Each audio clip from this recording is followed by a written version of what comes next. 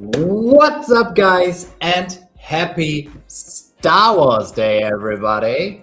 Josh and I here are definitely hyped for this Star Wars month, and today we will have an awesome guest who's perfect for this topic. But before we do so, welcome, Josh. Hey, my friend. What is up? You still got the energy from this morning, or I know you did a little drop stream from this morning. Are you used to being live twice in one day? I at least try to keep the energy here up today. First drop stream was okay, could have been better, but I'm still it's fine. Next one, the Yoda one, will be even better. Well, it was a fun one to start off with. Lots of hype this morning. And so I'll bring up the agenda for today's show, guys. We're going to start with posts like always. A lot of it is going to cover what happened this morning. If you guys are living under a rock, the Millennium Falcon dropped. So that's what I'm talking about. We then stumbled into our show and not knowing anything. Yeah. We then have Mycollectables MC Aaron popping in for a quick interview. We'll wrap things up with Grail Watch before we move into another little activity we're going to do in today's stream. And we're going to try and kind of switch things up every stream at the end for the Q&A session. And I bought the old 2005 classic Battlefront 2. So we're gonna play a little bit of that at the end of today's stream. Maybe another game, but we'll see how much time we have. So yeah, I would say let's jump in. Community posts.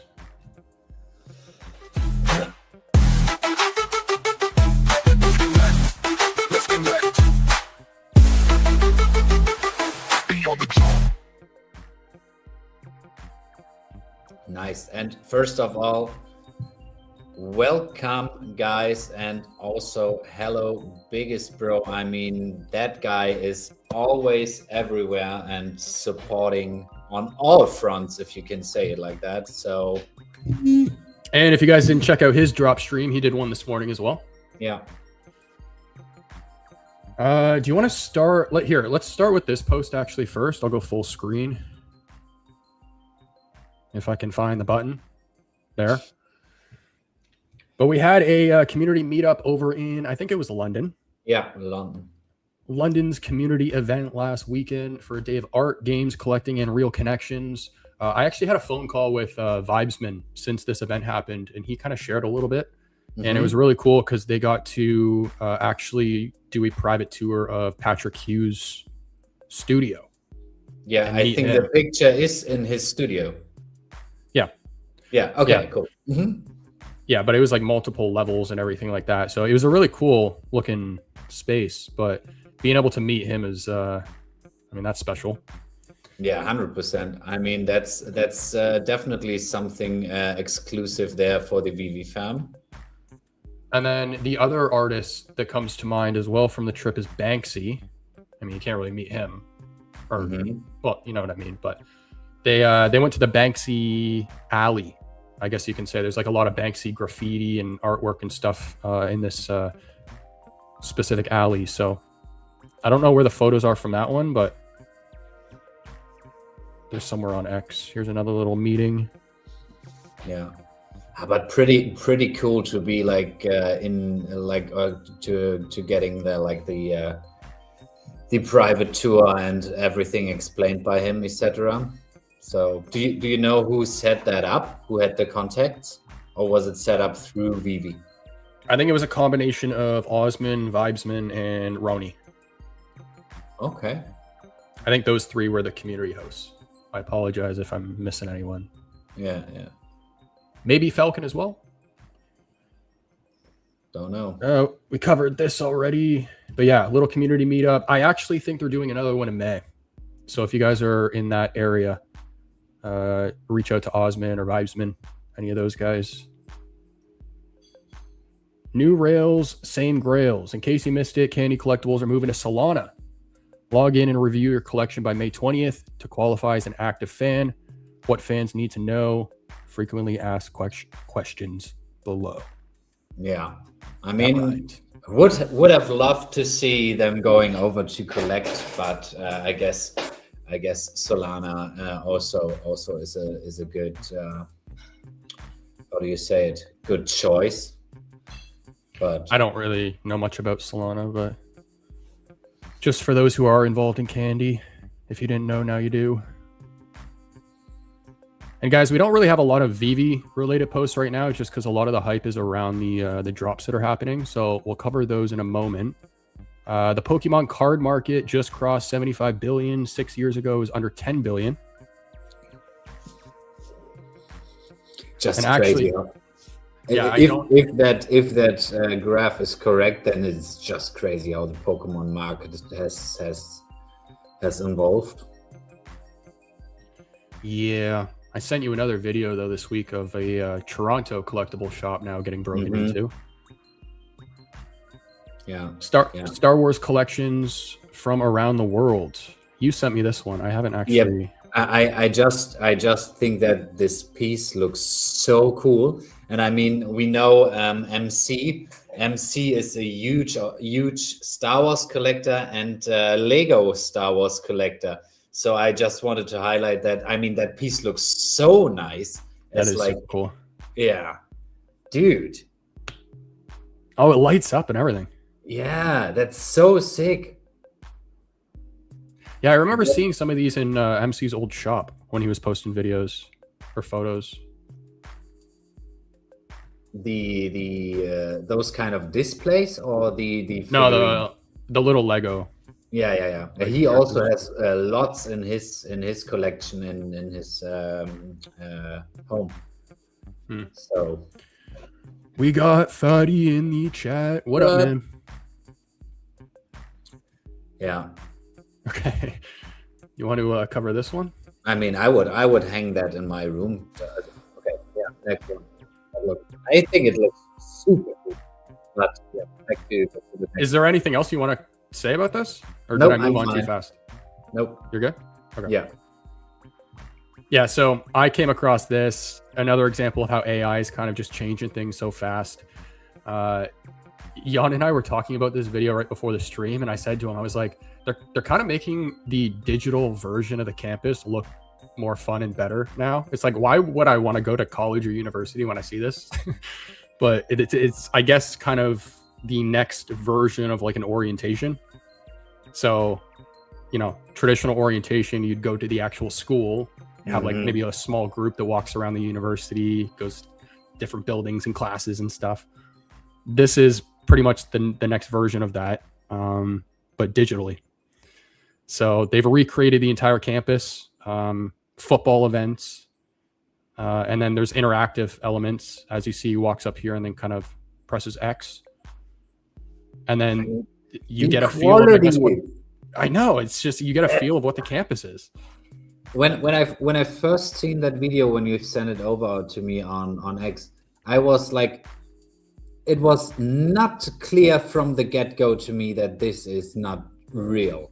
It took a while for me to see it, and I mean not like 10-20 seconds a while, but like a few seconds where I was like, huh, is it or is it not? But I mean, they fully gamified it. I don't know if you guys caught that at the end here, but I mean, the guy's talking to a player in the football locker room. It's like, that's so unnecessary. But I mean, it's what's now happening with AI, because it takes a fraction of the time to create it. So you just see a lot of these features that you wouldn't see like devs spend the time on normally, now kind of popping up. That's maybe a bad example, but yeah, but I mean, that's in the end what it makes, like what it make feel like it's even more real if those unnecessary things are in there that are like also present in our normal kind of life. Yeah. Everything about it though just looks so clean. Yeah. Everything. Yeah. Got a mini map too. It's I'm thinking. Go ahead. No, you're good with you. I'm thinking of the days when I was a kid and I would play like Halo for 10 hours and my mom would come down and yell at me.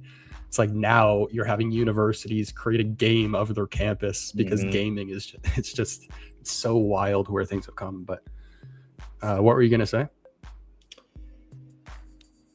Oh yeah, last week we spoke about the GTA 6 release and if they are maybe too late because like nowadays those kind of video games. I mean, it looked like a perfect video game. It looked like GTA 6 should look like, or So yeah, I would guess hope we will. GTA looks like this. Yeah, they better do. Otherwise, that game could.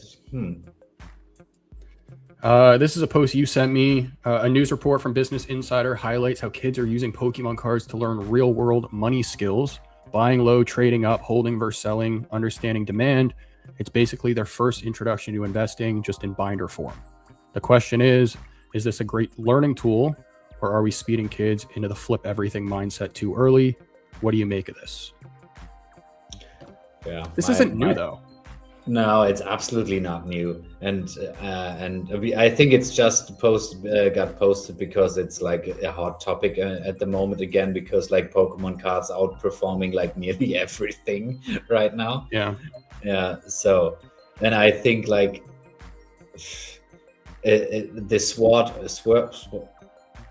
There are two coins of the two sides of the coin. I guess some of them will be learning like perfectly how market structures work, etc., and others are trimmed to flippers. I mean, yeah. I think that's our last post though for today. Oh no, I missed one. This one. We don't need to go full screen, but Disney is a new CEO, and this has kind of been a topic that's been talked about for I think a few years now, since 2020, so more than a few years. But Disney CEO Josh D'Amaro is exploring the possibility of creating a Disney super app. The unified app would allow Disney fans to book Disney park tickets, buy merchandise, play games, and watch movies, all from one like centralized spot. So would make sense, wouldn't it? Like a whole Disney universe. It makes sense if they can fit it all into an app. And the Disney Plus app is, I've always complained about how slow it is. Mm-hmm. Compared to Netflix, it's super slow. So, but yeah, it's a good idea. All right. That is all the posts. So do you want to hop in the Falcon and then cover the Falcon, or what's your call here? Yeah, sounds good. Okay. Ladies and gentlemen, I said we had some Star Wars scenes ready for May, so here's the first one for today. If I can find the button again. There. Unfortunately, not number 1977 here, but also a pretty nice one. Okay, so let's talk about that. So you ended up getting it? The 1977? Obviously not. No. The Falcon. Oh yeah, I did. Yeah. The auto pay just bugged a little bit. I got 303, the mint common. Nice. Totally fine. And I mean, right after the drop, like the market action was definitely there. It was bouncing up and down, etc. But haven't looked since. But I guess we talked about that beforehand. It's kind of floor price, at least the last time we've checked. Yeah, I'll bring that up in 1 second. I ended up pulling it. The auto pay thing was bugging out. That's why I was in your chat saying, hey, click the buy now, because I don't think you realized, dude, but it was saving your collectible for 5 minutes. So I know that. Okay. I didn't know if you knew that at the end of the 5 minutes you were going to lose it. So yeah. No, I got it in the end. So all good. Can't complain about a 3-digit either. No, definitely not. Let me pull up Stacker and we'll see what it's going for in the market. How did everyone else do in the chat though? Did anyone pull any like cool mints? And shout out to Eno, because we know that Eno got the 77 special edition. SE. Mm-hmm. Yeah. Yeah. Oh, what is? Oh, Sorry, Millie. I'm waiting. Huh? I said I'm just waiting for Stacker to load here. Yeah. While you do that, O'Milly just posted a post. Breaking: new VeVe fan member Shu Wong is the third biggest Star Wars collector in the world, and he's become a huge fan of VeVe right away. Welcome. Are those AI pictures, or is it? Oh no, it doesn't look. Oh, does it? Let me pull it up. Yeah. You said should O'Milly? Yeah, I can send it to you. Wait a sec. Oh shit. Oh, damn it. Today is not my day, man. Okay, give me a second. I'll just go to the page. Send. Oh.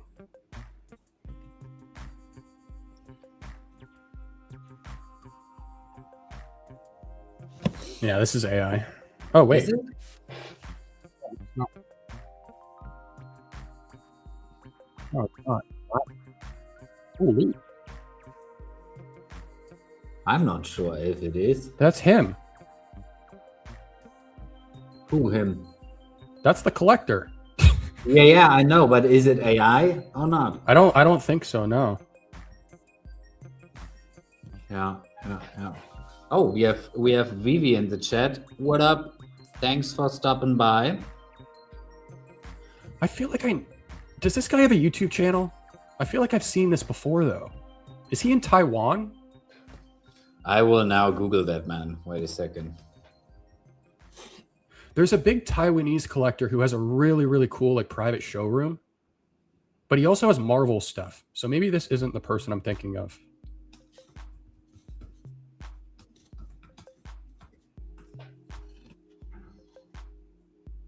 I can't tell if this is AI though. Okay. Because but wait a second. I'm here on a website inside Shu Wong's amazing stuff. No, it's not. It's not AI. It's not? Okay. No. Because Dude, that's crazy what he has. Oh, here are the. Oh, I thought those were the Batman black and whites. That Death Star is insane. Hmm.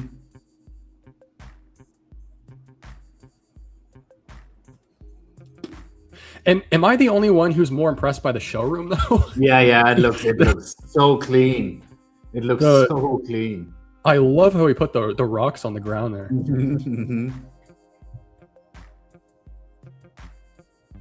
So this one, it looks like he just took all of the pieces out of this room because here's the Luke Skywalker one here. The Han Solo or Han Solo? People are gonna get mad at me for that. Yeah. This one's cool.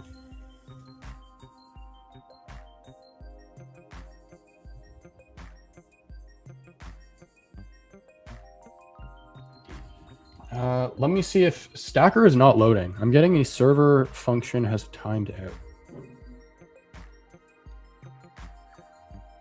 He's been collecting for most of his life, and it started because of Star Wars and his fascination with the characters. As a young man, he accumulated movie soundtracks on CDs as well as several movie posters. Then in 1999, he visited Universal Studios Hollywood. He started purchasing statues and figures because he thought they were the best for interior design. His collection grew, and as a visual designer, he's a visual designer. That explains like the look of these showrooms. He decided he wanted to create an appealing space to display his own cinema world. That led him to creating the museum in March 2012. Alrighty. Jan, sit back. Oh, sorry. I was reading and didn't see that coming. Yeah. Okay. So Stacker isn't working. I'm on VeVe's website right now, so yeah, let's do that. Okay. So then I like seeing all the AR stuff already populating on the website. But we have we had these drop yesterday. Did you go for these? Nope. I'm on all the Star Wars things. I'm just going for Yoda and the Millennium Falcon. Yeah. Okay, so- Otherwise, I'm poor at the end of the month. Fair. So this dropped this morning, 77 was the drop price. I think the most I've seen somebody get so far is 4. 4K. And what's that? For what? Not 4K, but for pickups. Yeah, got it. Yeah. 4K. Yeah, you are off today, dude. No, there were people selling the SE for 4K and stuff. Oh, a price of 4K. Yeah. Okay. Now we have Hangar Bay 327 drops today for 25. Yeah. I mean, we've briefly talked about that before. I think that piece is a little bit too expensive. Yeah, but what time does this drop? It already dropped. Yeah, 26 minutes ago, I think, right? Yeah. Yeah. It says there's 27 that sold. Yeah. Please tell me that's a lie. No, so yeah, of these the rare ones, and the other 62. Yeah, not even 100. I don't believe this diorama has the snap to grid feature though. I think you just drag and drop. Yeah. Yeah, I think from my personal view, I think it's a little bit too expensive. Make it 10. Okay, so we had that dropping. So that's the last drop for today, right? Nothing else? Don't think so, no. Yeah, this. And then we have next Star Wars drop is the... What is this? Oh, I didn't even... I only saw this, what's it called? To something droid. What's it called? The power droid. That's it. Mm-hmm. What is this, though? I didn't see any of this. But that was definitely in the preview, like we've looked at last show. We probably just gone over it because I mean, Yoda, Millennium Falcon, way more significant. Yeah, we only went over this one though. We didn't even highlight these. These are the first time. This is the first time I'm seeing these photos.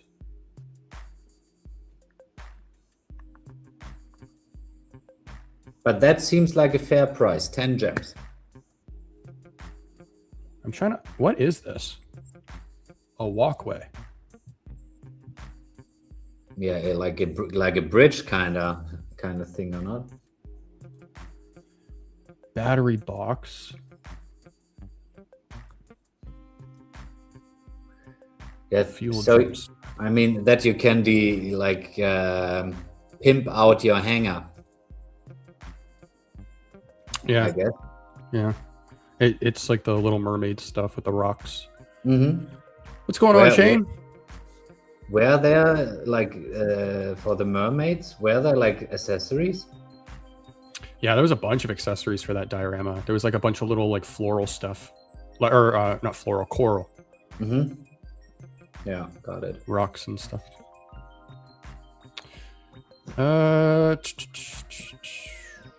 Okay, here's the question: what's the Falcon going for in the market? Because we need to talk about this. Yeah, I looked at it once and I was. I'm gonna bite my tongue here. I was disappointed. Okay. Alrighty. No, okay.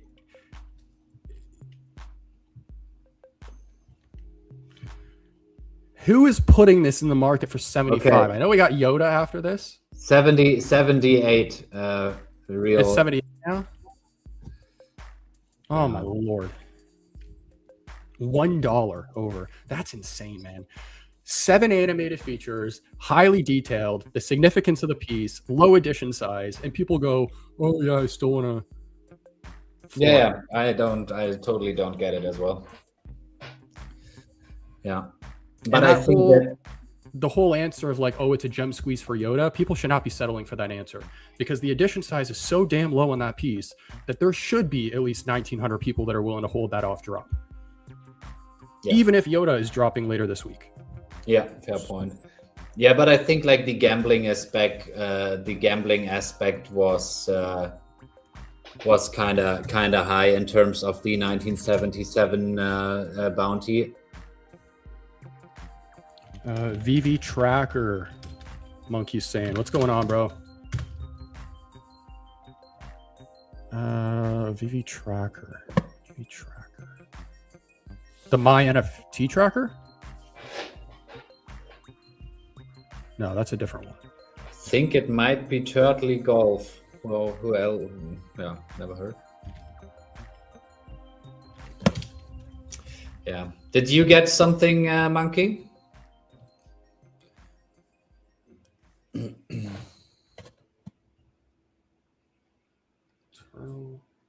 Yeah, but he got it. He's a big collector on the app.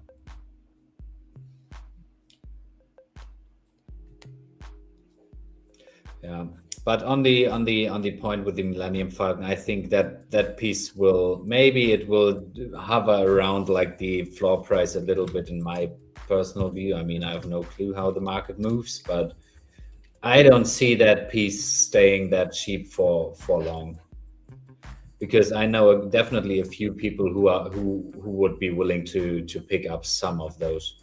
Because like 19,944 available editions is like nothing for that piece. Oh, Shane landed a 3-digit common. Me too, my friend. Me too. I got the 303.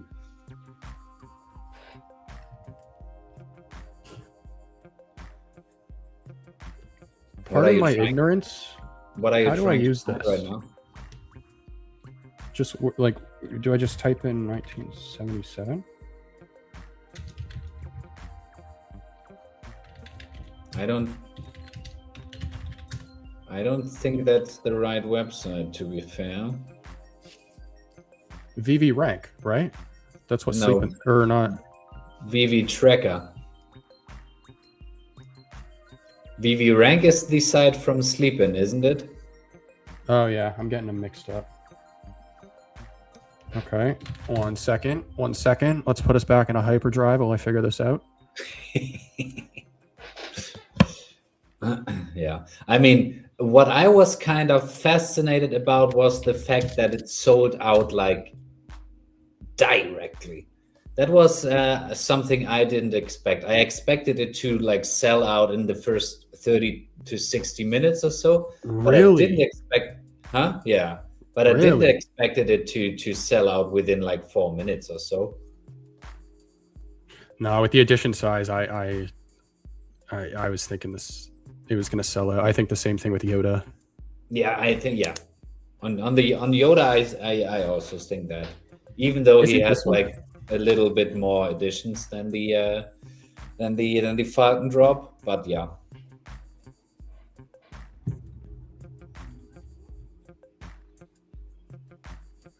Did you find the right page? I need Monkey's help. Okay. Let's go back to full screen here. Is this the one? I think that's the one, yeah. Hinano in the chat. What's good? Hello. So do I search? What's going on, Hinano? Do I search?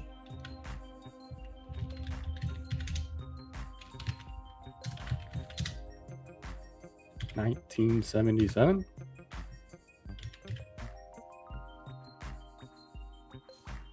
Oh.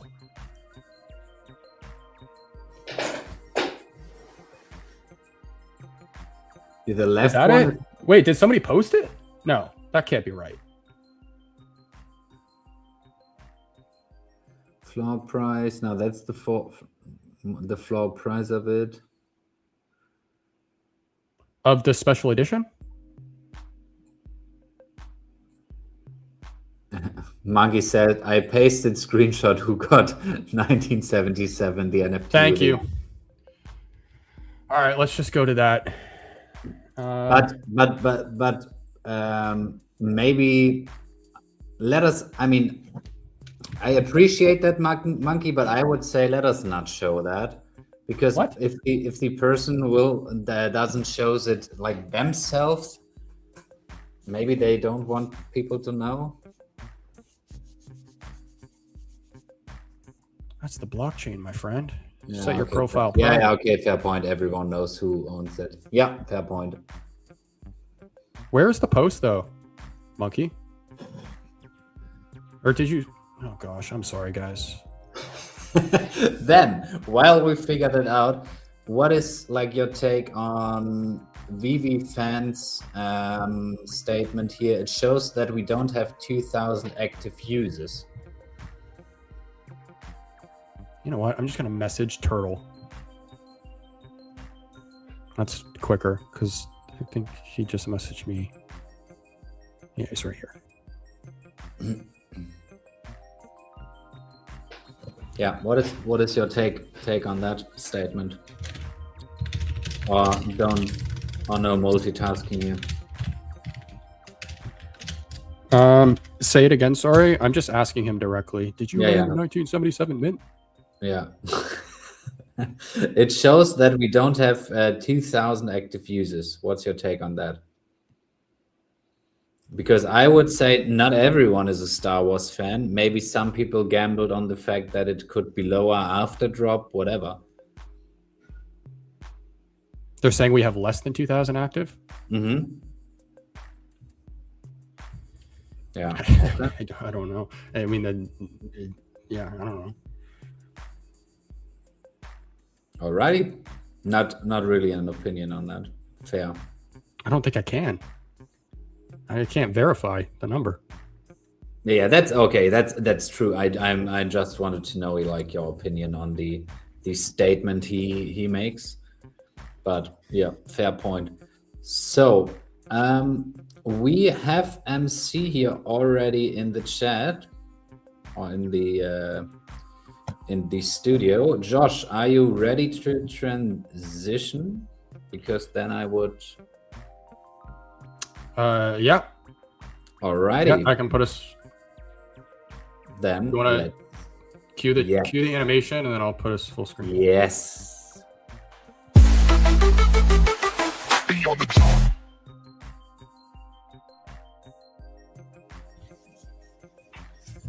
Alrighty, Aaron. How's it going, guys? Not too bad. How are you doing, man? We were already talking about you with all the Lego figurines and everything, and yeah, you got it all in your background. So I busted it all out today. It's May the 4th, so yeah, I had to do it. I was actually more excited about May the 1st, which is 501st, like the 5th month for that's the day for me, right? With the 501st Legion. But no, I'm just kidding. Today's an awesome day. It's so good to see you guys, like, and chat with you, and Josh, it was great, you know, obviously seeing you down in Vegas. We had a good chat there, and I wish we could see each other more often. And Jan, I don't think have we met in person before? No. Oh, I knew it. I remember if no, I mean we've had one interview before, but never in person because I weren't able to make it to international events, just to the German community-led events. But one day, Aaron, one day. One day. Oh, look at Shane. How you doing? Great to see you too. And I mean, it would have been a great day to see you in like your full armor. Yeah, full armor, sitting there in these Star Wars. I've tried that before on a live stream. It doesn't work well for audio. I don't have the Stormtrooper helmet, and I think I put it on one time when we were like on a May the 4th, like, you know, when I was doing a video or something, and you know, you can't hear a thing, and I can't see a thing. That's the crazy thing when you wear that outfit and you walk around at the convention. You always have to have somebody with you because, like, there's like kids and stuff, and people, you can't see the ground. Just run over. Yeah, like the amount of like accidents and people falling. It's very treacherous work cosplaying as a stormtrooper. Okay. It's almost more dangerous than being one in the movie. No, I'm just kidding. Aaron, my uncle is a huge Star Wars head. Like, his entire basement is just covered in Star Wars collectibles. And I remember when I was younger for Halloween, he made me the exact same stormtrooper costume, so I was decked out head to toe, but I had like the padding inside, so it was super hot. So when you mentioned that, I was thinking, like, how can you stream in that? I would be sweating like crazy. Oh yeah. Did you make it yourself though, or did you buy it?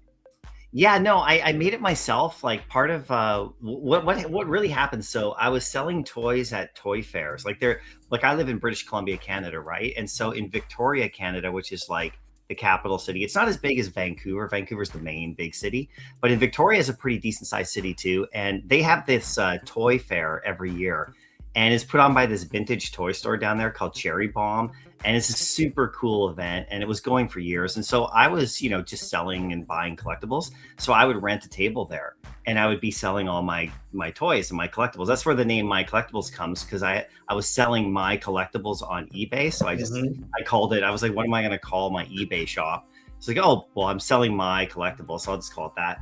And so I had a little table there. And so one of the first times I had a table there, and had all my toys, vintage and stuff, like with the other vendors. And I see these stormtroopers walking around, like full on, like from the movie. Like, and I was like, what the hell? I'm like, who are these guys? Like, where did they get those from, right? Because I like to dress up on Halloween, through my all that kind of stuff. But I had no idea what was going on. And I'm seeing them over there. Like, I'm like, what? Like, is that like there's like a TIE fighter pilot, like the old school, like the black suit, it's super cool, and a regular stormtrooper. And they came around like near my booth. And so I stopped them, and they had a guy in front of them who was dressed up like an officer, because that's what I was telling you, is like leading them through the crowd so they don't trip. And they had these little flyers, these little 501st Legion flyers, of the group, like the actual cosplaying charity group. I didn't know what they were, even though I was a big Star Wars fan. I had no clue. And I was talking to them at my little booth there, and they were like, oh yeah, for sure. We have a chapter here. And the chapter on the region I am is called the Outer Rim chapter, because, we're way the hell out in the middle of nowhere, like in Canada here. Like, it's not like New York City or something, right? So we're called the Outer Rim. That's what they were called. And the Garrison. And so I was chatting with the guys. They're super nice guys. And they told me, oh yeah, you could just join the forums. You can like go to the website. You can like just for free, nothing, nothing, no fees. And I'm like, but how do you get the costume? They're like, oh, you got to build it. And I was like, what? Like, I don't know how to do any of this prop building stuff. Like, I'm a graphic designer, so it's all digital for me, right? I was like, not like, a hands-on like builder. But they said, there's guys, if you go to the forums, they sell the parts and pieces. There's like ways to do it. There's the website with all of the reference points. So that's what's so cool about the VeVe stuff, is like that helmet that we got like a bunch of months ago. That actually is the most accurate stormtrooper helmet that exists in the world, like internally. So cool. You mean the one with the inside? Yeah, the one that opens up. Yeah, because they all have the inside if you just flip it, right? But the one that opens up actually is the first time that was referenced in a Star Wars encyclopedia book as well. And but it didn't have the full 3D-ness of it. It was missing a few things. So anyway, these types of people look for those resources from the movies, because in order to actually become a member, you actually have to build it, and then it has to be screen accurate, like to a specific moment. So if you're doing a New Hope one or the Empire Strikes Back one, like there's differences. And I didn't know any of this, right? Because I watched the movies, but I didn't know that the holster was this color and it was strapped over there, and there was like a little thing here that isn't on that, blah, blah, blah. So I was like, okay, let me wrap my head around this. And then I got into the forums and I started looking up, and there's people who sell the chest plates. They not 3D print them, but they mold make them. And there's no official, buy the costume kit from Star Wars, like anything like that. Honestly, I thought that it's like that you pay like a couple $1,000 for like a full stacked out. Okay. Well, there's a couple of companies now who are trying to do that kind of stuff. They're trying to do prop building and costume stuff. But when I did it like 10 years, it was just over 10 years ago, I think. Yeah, a little bit older, a little bit longer than that. There was nothing, right? There's just these people, these passionate people. So I got in there. It took me about 6 months to kind of get my kit. So I had to order all these parts from everywhere. And I found like you could buy the boots, they're made, right? And you could buy like the gloves. And there's like people were making like there's a neck little thing that you strap on, and it comes, and there's like a bodysuit that you can wear underneath. I just kind of made my own. Like, it's basically like a black ski suit underneath, like, the spandex. You don't want to see me with the armor off.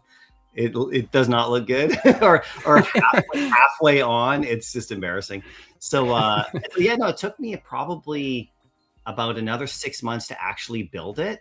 And some people do it way faster, right? And then some people with the you mentioned like, you know, the heat. Some people have like fans inside there. They have electronics, voice changers. I mean, they go crazy. Mine's pretty much a shell. Like I'm not like People put fans in them.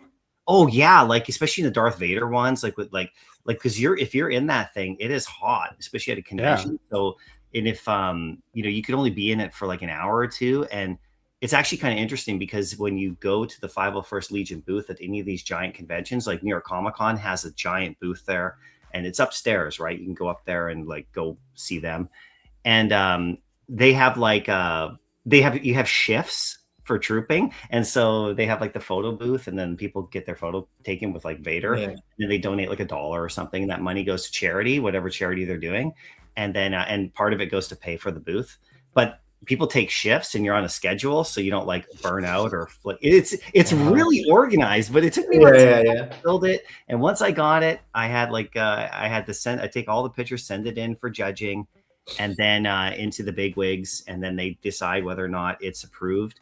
And then they approve you at a certain level, like it's either basic approval or like if you're like a high level prop builder that is extremely detailed, you can get like a higher level of approval, but that's just kind of clout internally. But mine was pretty much the basic approval. So then I could actually go and troop officially. That's what they call it. And so I did a bunch of troops, and it was fun. I wore it at Halloween, but I haven't put it on in a couple years.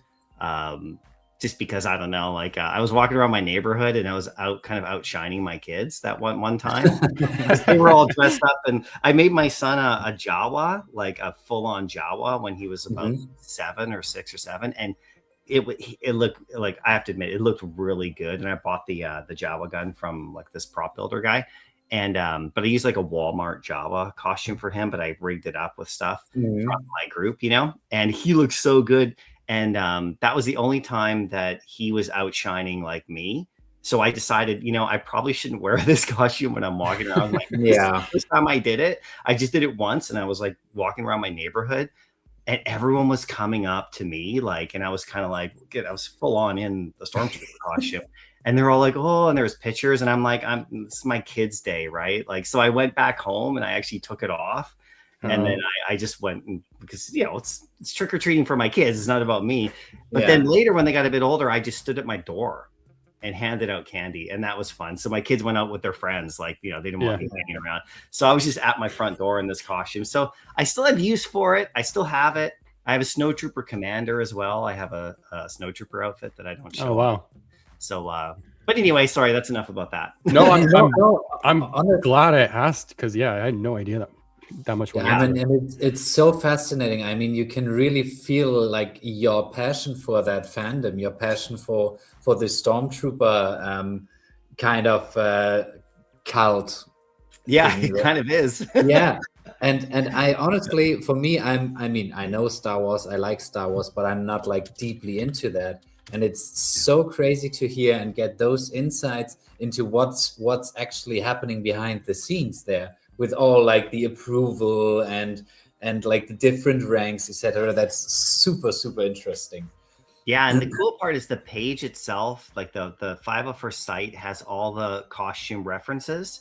So if you go to that page, you can, when you're building, you have there, you know, and this is just the way I'm thinking. I've been trying to connect with the 501st people that I know, because the stuff on VeVe, like the Stormtroopers, even like the helmets and stuff, it's all like more accurate than the photos they have on their site for reference, because it's literally like, and it's 3-dimensional. So you can really zoom in, and you can, if you're building your costume, you'd have to rely on the photos or on the 501st site, which are great. Like the resources and people uploading them, and they show you exactly what the gloves look like and what kind of gloves they are in the real world, or blah, blah, blah. But on the for a full costume, I was like Googling and trying to find like a Stormtrooper outfit, and then shots from the movie, so I could actually get it accurate, like the back plate, and like, what does this strap look like, and is there like a bolt showing or not? Because, you know, like, it's very detailed. That's crazy. But you can actually look at the VeVe stuff and go like, well, this is exactly from Lucasfilm, and it's exactly the way. And no video game really, you can do that in a video game, like maybe on Fortnite, you can look at like a Stormtrooper, but you can't really zoom in like you can with the app. So it could be a big resource. And I know that never thought about that. I've been telling people about it and trying to tap them into it and go, no, check this out. And, you know, I think as time goes on, people will see it even more as a resource. So it's pretty cool. That's awesome. You got me also thinking about the Samurai series though, and I don't know if you want to talk about that at all, but yeah, I haven't seen those anywhere else either. Like, are those the first on VeVe as well? Yeah, so there are other they're the Edo versions, I believe they're called, right? So yeah, and so in the physical space, there is a couple lines of those. They look a little different than the VeVe ones. So the VeVe ones are exclusive to VeVe. There's just another interpretation of it, but they're right from Lucasfilm. So like there's like there's like the 6-inch ones that I've seen that are sort of like Black Series level. There's the statuette ones that are bigger.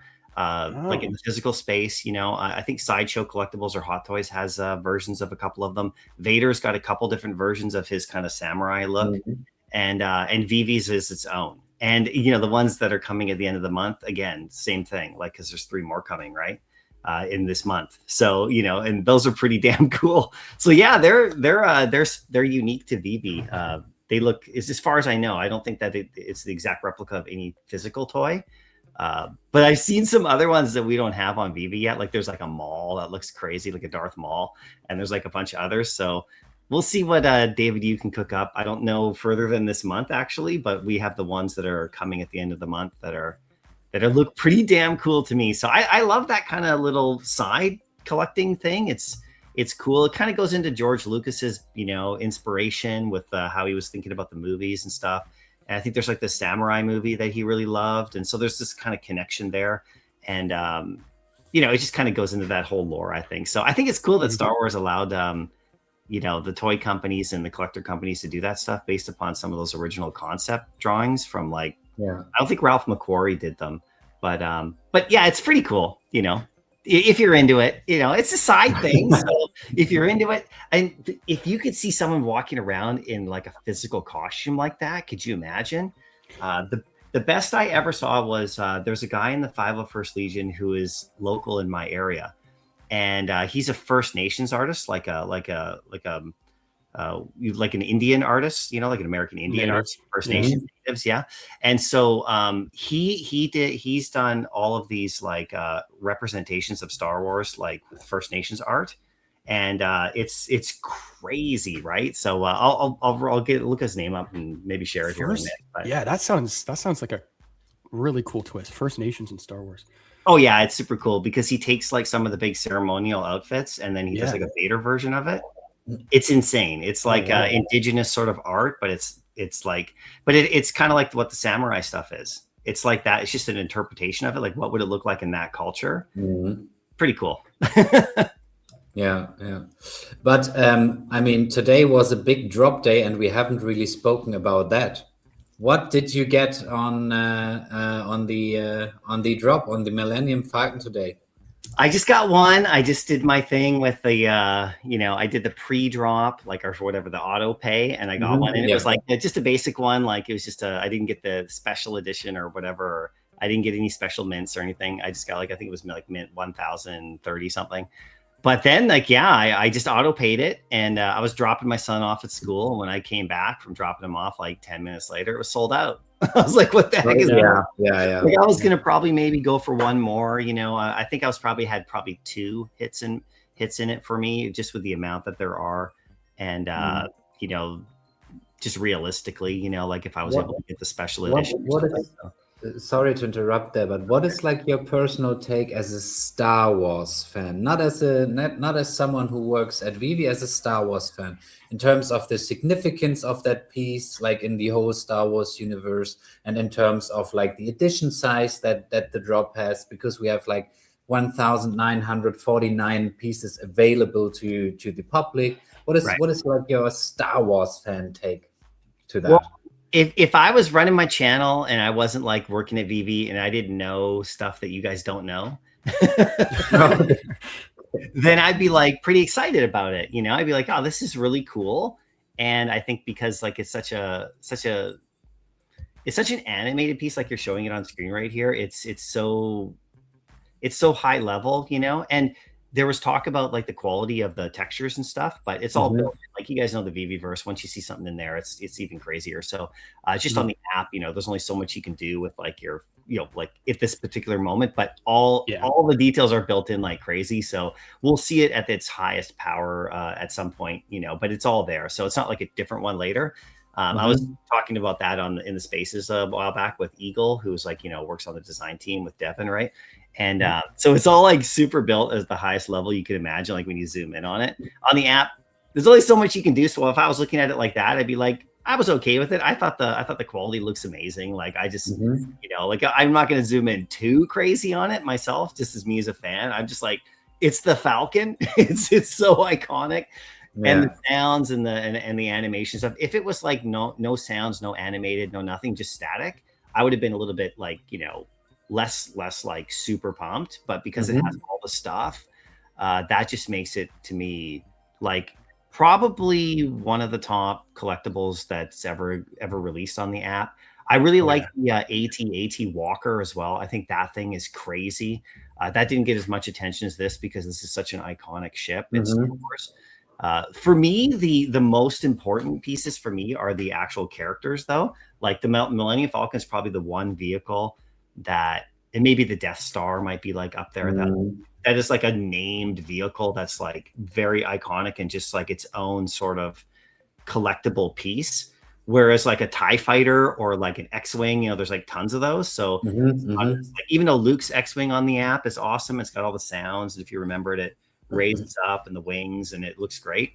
But this is like the Falcon, it's named, so when you have a ship that is only used by like one person and there's only one of them, that makes it kind of like another level collectible in terms of, like, for me. And I think that's why people are reacting the way they did to it. And like I said, all the animation stuff they built into it.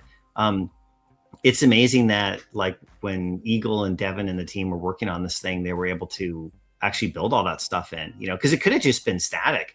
It could have just been static with maybe like the glowing back or something, or way less animated. And I'm sure people would have thought it was cool as well, and maybe would have had a similar result today. Like maybe not quite as quick, but I think it probably would have sold out with the numbers.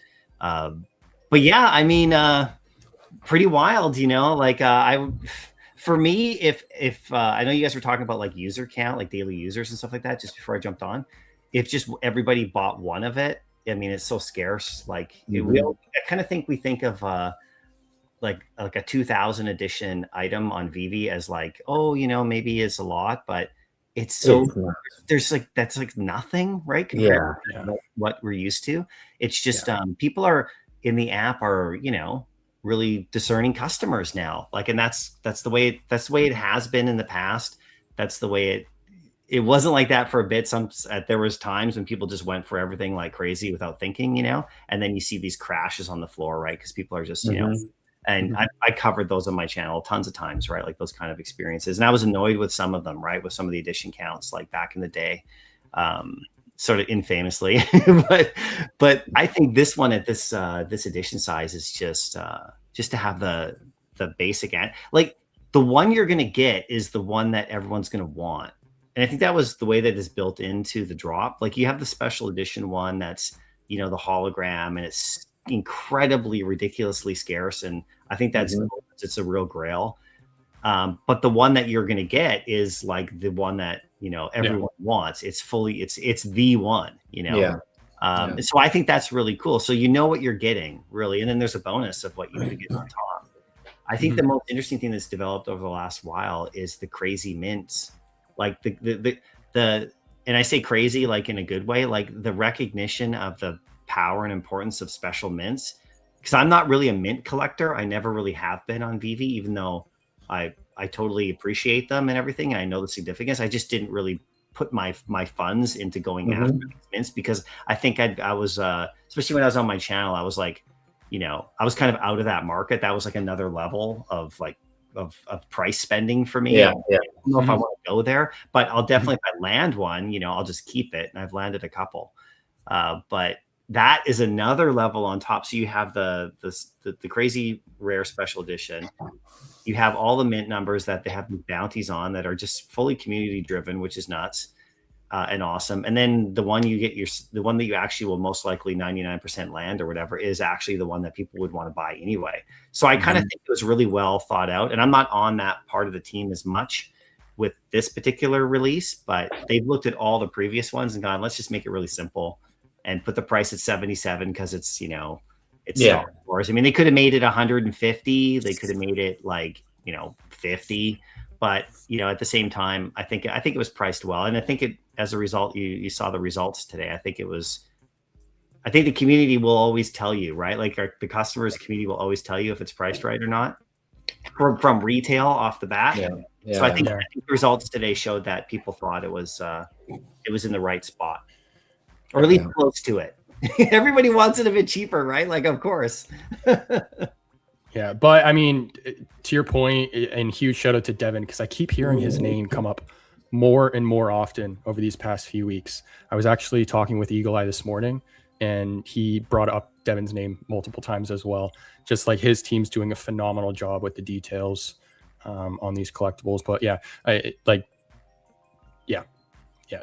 drop is just set up so well. Yeah, they're working directly. Like, this is the fun part. So Devin knows how much of a Star Wars fan I am. It's okay I say his name, put it out there, because he's actually gone live. You know, he's been in the, I think he's been interviewed by the Level 100s once. I think he was on the VeVe channel with Corey doing a background, I think, about Magneto. The Juggernaut collectible. Yeah.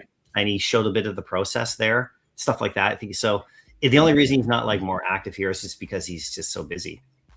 I mean, they're just working on stuff. Trying to get him a year or two ahead. Like they're like a year or two ahead, right? So, but because that's what the approval processes are like something like this coming out with Star Wars, it has to be like, you know, this is like Lucasfilm, like it has to be right on, right? It's not like, oh, this is VeVe's version of it. Like, see, some of the IPs are maybe like that a bit, where, and I don't really know totally all the conversations, but with, you know, where you could do like a VeVe version of the character or something, and maybe that would be cool. But this is like Star Wars, so this Falcon is not like VeVe's Falcon.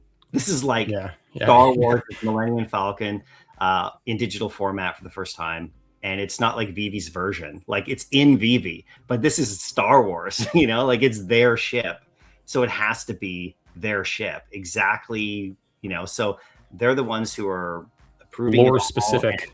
And our team has to like work with them, and their team works with us. And it's, you know, any of the collectibles that Star Wars release is a Star Wars collectible on VeVe, not a VeVe collectible. That is Star Wars. You know what I mean? Like it's like if you go to Walmart and buy a Hasbro Star Wars toy, that's like a Star Wars toy that, you know, is being sold at Walmart, you know, through Hasbro. Like it's not like Hasbro's, you know what I mean? It's Star Wars. It's like it's theirs, you know. So they're very protective of everything they do. Disney as well, Marvel as well. So anything you see that comes through is like been approved at the highest level. So that should give everybody confidence in the whether you like it or not. It should give everybody confidence in the piece itself. Yeah. We have someone who's asking, is that a real AF-15 behind the guest? What is your guest Grail physical comic book, since it looks like he has a few nice early ASM? No, I'm not Sleeping Comics, okay? Or David D. I don't have an amazing Fantasy 15, a real one. No, it's a facsimile. Where is it? Up here?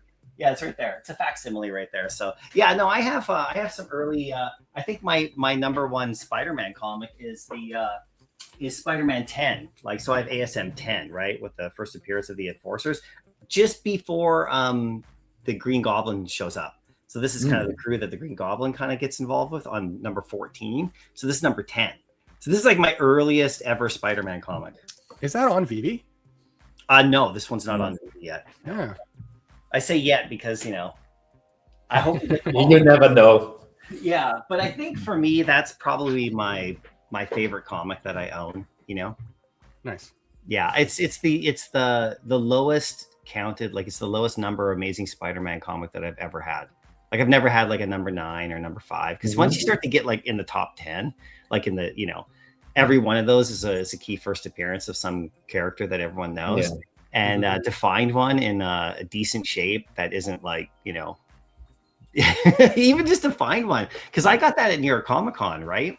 And I found that actually in was it on the wall? Yeah, it was on the wall of one of the comic vendors just up there. And I was like, oh, that's pretty good. I think I bought it for just under $200, like US. And so for me, I'm in Canada, so that was about like 250 or so. But so I was like, okay, I can do it. That was a really nice price. I got it on Sunday. So I waited the whole weekend, and then I had an hour to walk around and shop because I was working the booth. But every time I would use the washroom or go get something to drink or something like that on a little mini break, I would like go past the comics and I would like look. And I'd be like, okay, I'm coming back for that. Or maybe, and don't say this to the booth staff, but sometimes I would go, oh yeah, I guess I gotta go to the bathroom. And I would, but then I would like kind of look through the box. Oh yeah, it was a really long line at the bathroom. And, but yeah, so that's probably my favorite comic that I have. I don't have any massive grails at the moment in my collection for comic books.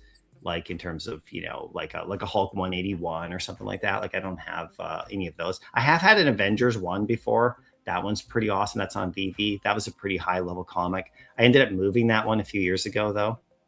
So, but I'll get back to them. They always go up and down. And I think comic prices right now they're pretty good. Like you can get in and get some good stuff right now. But because, the TCG stuff is like flying off the shelves and sports cards are kind of rising again like crazy. Yeah. So I've been buying some like Jordan cards, like physical Jordan cards, like some of the early Fleer ones from like the, mid 80s, late 80s for like some of his first cards. I've been picking those up on eBay here and there just for fun. Yeah, you're a basketball fan, aren't you? Yeah, I'm a big basketball fan. And my Lakers made it through. So yeah. Okay. Don't get me started. We'll go down that whole. But no, I love all sorts of different things for collecting. So like at one point I was a massive minifigure collector. I still have all my minifigures, my Lego stuff. And I brought up my Lego Falcon. This has never been opened. This is the Lando one, the one from the Solo movie. Yeah. Where that's all that's when the Falcon was brand new. So. And it is sealed or what? The box is sealed, and you've never. Oh yeah, no, this is sealed. This has never been built. This one is open. That's vintage, right? And I actually have the Falcon up there, like the old school. But I just love the box, Yeah. Huh. Aaron, before we move on, just like for planning purposes here, like for how long do we have you here roughly? Yeah, I got about another half hour or so. Okay, I think. Nice. Yeah, because it's a big day. I have a few more meetings to go to later today, but no, I mean, this is what it's all about. I could stay longer, right? But that's just for some rough estimation here. Yeah. Sure. Then we've talked about the Millennium Falcon, and obviously the next big drop is around the corner on the 9th of May with Yoda. Yeah. Like. I'm excited. I'm even more excited for that one. And the 50 gems price point on that for that character. Wow. Yeah, that one's going to be good. And I did a poll question last week. What are you most excited about? Just on my Twitter. Like it doesn't, it's not the whole, I think there was about 70 respondents or something like that. So not a huge like thing or anything, but Yoda beat the Falcon just by like a percent. Which one are you most excited for? Like Yoda. And I had like IG-88, which is coming later, that, with the little Grogu. And I had BB-8 on there, which I'm really looking forward to BB-8 as well. Because the quality of those. Yeah. Yeah, those droids. I mean, those are, and actually later today with the Gonk droid, I want that little black Gonk droid bad. That little. Is there another one today? Did we miss that? Today we got the hanger, I think. Isn't it on right now? The hanger already dropped. I guess. The hanger, and then there's hanger supplies, like stuff that you put in the hanger, like gear. I believe that's today as well. And that one's full. That one's only $10, and that one's got this is coming up at noon in 1 hour, like 12 o'clock my time, because it's 11 o'clock for me. So they're $10, and there's the stuff that's in there, like the scanner device that they take onto the ship, and then all those, and then. And which ones do you have your eye on here from that? Well, I want all of those because I can put them in the hangar and I can build like really cool scenes with them. So but I want the Gonk droid. They call him the Gonk. Because it's the sound he makes. He's the little like two-legged walking droid. I love that. Yeah. Normally in the vintage toy, he was like kind of blue colored. Here he's black. You can see him right there. That's the power droid, and he goes Gonk. Yeah. Gonk. Okay, that's why you keep saying that. Well, yeah, I'm sorry. It's the sound he makes. He goes like gonk. It's a little sound. But yeah, you were talking about Yoda. No, that's what I was saying about the key characters, like I know that Yoda's been on Cryptoys, which is super cool, right? Or Digitoys now, right? Which is awesome. So it's the first time we have him here in VeVe, and I think that one's really fun because it's like cartoony and animated, and like it's super funny as like the lightsabers. This one is the Yoda from Dagobah from like Empire Strikes Back. Like this is the one where he's older, and so he's just kind of sitting there. This is the one that like when he first showed up in the movie, and that's the one that I think VeVe and Lucasfilm wanted to drop here. And so he's just stationary, right? Because I think Eagle was saying earlier that he's not flipping around doing jumps like in Attack of the Clones, when he first did his lightsaber. yeah. This is just the one. Oh, there's Ben's Mr. Falcon. But imagine how much fun he's having, playing with this stuff all the time. But yeah, I'm pumped about this one for sure. Like for me, I'm still really surprised that Grogu isn't sold out, like the stationary Grogu or the stationary Mandalorian. Like I know the secret rares of those went, but I'm still surprised that they're in the shop. But it's actually okay that they're in the shop because we're using them in our paid ads and for promotions, so people can actually go to the store and buy them. But this one's sorry to interrupt there. David mentioned that so often that the goal is to have stuff is supply in the app, so people can browse through and buy older collectibles, etc. I mean that was like the goal he had, to have supply from your people. Right, because we could just burn everything, right? And we've done that with comics and other ones, and you see like last night more comics burned, and we get a little notification that stuff is burning like after 30 days. And other collectible series will be removed at certain times, but they're okay with it. Like there is a bit of a difference between what the customer and community wants for scarcity and aftermarket value and all that. We get all that, right? Like, oh, let's make it available for a certain time, burn it away quick. But I think over time, we'll make sure that all that stuff is taken care of. But in the meantime, it's okay VeVe's okay with having stuff in the shop because of all the promotions that we're doing all the time. Thanks. Yay. VeVe mentioned me. This is amazing. Actually, Gary Vaynerchuk. Yeah. Yep. So he actually said something on a post I did the other day. He was like, hey. Oh. I was like, good. I screenshotted it. I'm still a fan. What can I tell you? Oh, you got a response. Yeah, me too. Me too. I'm a fan as well. One thing that you guys are doing so much better, and I mean, I'm talking about like season 1 and 2 collectibles going back a little while now, but for sure. The hair. Yeah. Like I remember hair on characters used to be an issue with design, and it's just not only the hair on this, but also just the details with the wrinkles, like around the eyes and the neck. Like it's the details just getting better and better and better. Yeah, it's pretty crazy. I think they've powered up the app more, so it's able to like one of the reasons I think for the switch over to this new version of the app that didn't go so well at the beginning, like that's well documented, but its ability to, I think, handle this kind of stuff. This is at least what my understanding of it is that it's just, the app itself is now getting to a point where you can drop something super crazy detailed, where in the past, like they were dropping what they could. I wasn't at the company then, so I don't really know, but yeah, the detail's crazy. And then, so you have other characters, like I know that people were talking about Chewbacca and stuff like that, like in other characters. That's the one that Josh wants to see. That's the one I'm waiting for. Yeah, so he's like all hair. So you wouldn't want to drop him and have him look like, Star Wars Battlefront 1 from 2015, where he was like, I love that video game. I still play it actually, but Chewie in there looks a little, You know what we're gonna play today? I bought the classic 2005 Battlefront 2. No way. Okay, that is peak gaming right there. That is sweet. Yeah, I still play the 2015 and the 20 like the Battlefront 2, which is actually still both of them. There's still players playing those games, like especially Battlefront 2. It resurged like last year and then it went down a bit, and then it's kind of back up again now. And I think today, all the heroes I think are supposed to be cheaper, so you can play as like constant heroes in the game. Like you go Battlefront 2 today on like the newer version.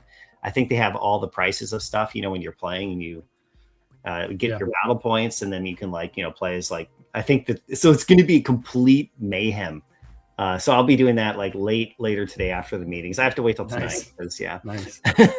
But yeah, no, the stuff is really crazy. I'm super just pumped about it. I mean, I think the ones that I think when it really first started, just before I joined, Wolverine dropped, and I thought that collectible when his mask is on is just crazy. Like I just think the Wolverine, the original, is that the brown suit one?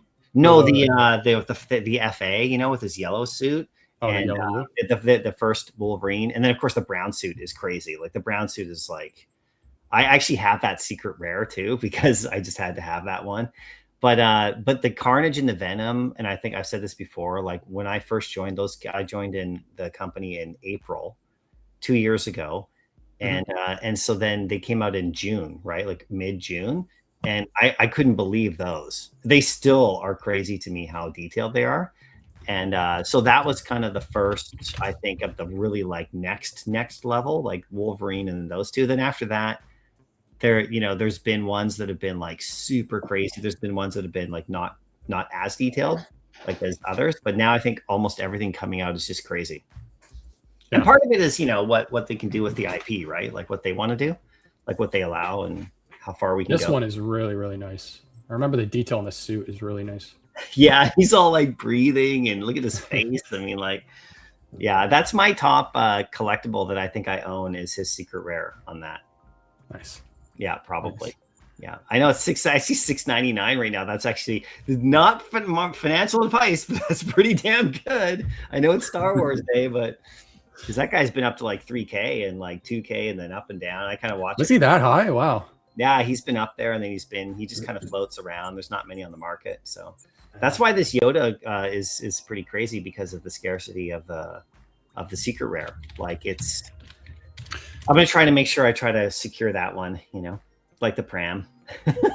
Yeah, and then you said this one isn't even sold out. I didn't even realize that. This one is. Oh, is it the other one? The SR. Yeah. And it's because it was separated, right? It wasn't a blind box, so you could just go after the one you wanted, which is something that we thought was fun last year. You could just pick the one you wanted, and same with the. To be fair, I like those drops more than the waitlist one. The blind box ones. The blind box, yeah. We throw them in. No, I like the ones more where you can actually pick what you want. Yeah, for sure. That's we throw them in. Like they make that decision on certain drops. This one had a bunch, and so they wanted you just to be able to go after the ones you wanted because there's some crafting involved as well, right, with the armor girl. So, but yeah, these are crazy too. And I have him right here. Can you see him? I have the sideshow version right here of him. Yeah. Same one. Nice. And so I've done a photo where like I've had the two of them side by side in AR, and it's actually like hard to tell the difference. I've seen that picture. You've posted it regularly. You guys know what I mean. It's right here on my desk. It was like right here on my desk, like here, like nothing. I just took a picture of it, put him in AR beside it, just clipped it, didn't even filter it, and I was like, oh, they look good, right? So, and the movie's coming out. The movie's coming out in like 2 weeks, like the Grogu Mandalorian movie, right? Speaking of movies, it's not a movie, it's a TV show, but are you watching the new Darth Maul? Oh, yeah. Yeah? How do you like it? I'm only on episode, I think, what is there, 8 or 9? I'm on episode, I think, 5. So I don't know all of it, but yeah, I know. From what I've watched so far, I'm enjoying it. Oh, it's awesome, in my opinion, right? And the last 2 episodes I watched, I think were 6 and 7, and then 8 or 9, I think, are tonight. Like it's out now, I believe. So, yeah, those were good episodes. So you'll get there. Yeah, you'll catch up. They're super quick too, but it's a good show. So I think I know what question might be coming next. If you segue that. Are we getting all? Yeah, I know that's also a question. Or that's a collectible that people want to see in the community too. Jan, I think that's on your list, right? Yep. That would look so cool. Oh, so cool. I know. I mean, I think the partnership with Lucasfilm is like, pretty immense. So, I mean, I don't know when Maul's coming or if he's coming, but I would assume at some point we're going to get Maul. I would just assume, and this is just me as a fan, right? Like I haven't actually seen Maul, just full disclosure. Like I haven't actually seen it on the calendar or something, but I would assume, we're going to get a lot. We're going to get some of the key characters because there's so many that you could still do. It's like there's Anakin, there's the Emperor, there's Death Star. I mean, there's all sorts of like crazy that I would personally love to see on the app. And just think about how good those will look. Yeah, point. Well, just to put a side by side together, because I heard you talk about Sideshow, and in our last stream, we were talking about how the quality of the promo photos are now pretty much at par with physical collectibles. Yeah. Like you can't really, like the BB-8 promo photos, the interior of all like the little mechanics and stuff. I mean, if you didn't know that was a digital collectible, you wouldn't know it's a digital collectible, right? Yeah. Like that's how real it looks now. Yeah, actually, this is really funny you say that because, our marketing team and with the photos that they put out there and everything, they literally have to make sure, because of Lucasfilm's request, that when we put out a video, like a promo video, like of the Falcon flying in, that if you look at those videos, that it's clear that it's a digital collectible and it's not from the movie or something, or a scene from a show. Right. Like legitimately, like that's because you're right. Because the marketing stuff is looking so. Do you remember the Maserati video? Yep. That was insane. Like, so with the outreach I've been doing to like influencers, we do have a push towards automotive, and I've been sharing that like Maserati video with like certain media outlets and influencers and things like that in the supercar area. We're just probing that area, right? But that video, like, I remember I sent that video to someone, like, what is it? Somebody replied back to me like, hey, like, what is this? Is this like they didn't know that it was a digital collectible. They thought it was like, oh, is this like what is this? Is this like a real car? Like, is this like a, like, seriously, they were like, to say that it's, oh no, it's a digital collectible on a mobile app that you can like drive around in. They're like, cause it looks too good, looks like too real. Which is great. So yeah, the Star Wars stuff, it's funny because I've been in marketing meetings where they're like, okay, yeah, we have to make sure the video like actually says digital collectible on it or shows part of a background. Because like Star Wars is like, yeah, we really want to make sure that Star Wars fans don't think this is like a part coming from a movie. So the Mandalorian promo video that came out last year with the whole like, diorama scene. It's like, oh, is this somebody could go, I mean, like, obviously the trailers look like the trailers, but when they make a trailer, it has to be like looking like a collectible trailer, not like a movie trailer. Because Corey and the team, they could make it look as real as it gets now. Because this is Grogu from Sideshow, but the photos of Yoda are not far off from this. I know it's not. Yeah. Well, I have that. That's my Grogu. He's over there. You have this exact collectible? I have him. You want to see him? Yeah, grab him. Grogu, get over here. You know what I mean, though, Jan? Like, look at like this. This Grogu, looks. They want to see you, Grogu. He's not really. He's a little shy. Grogu.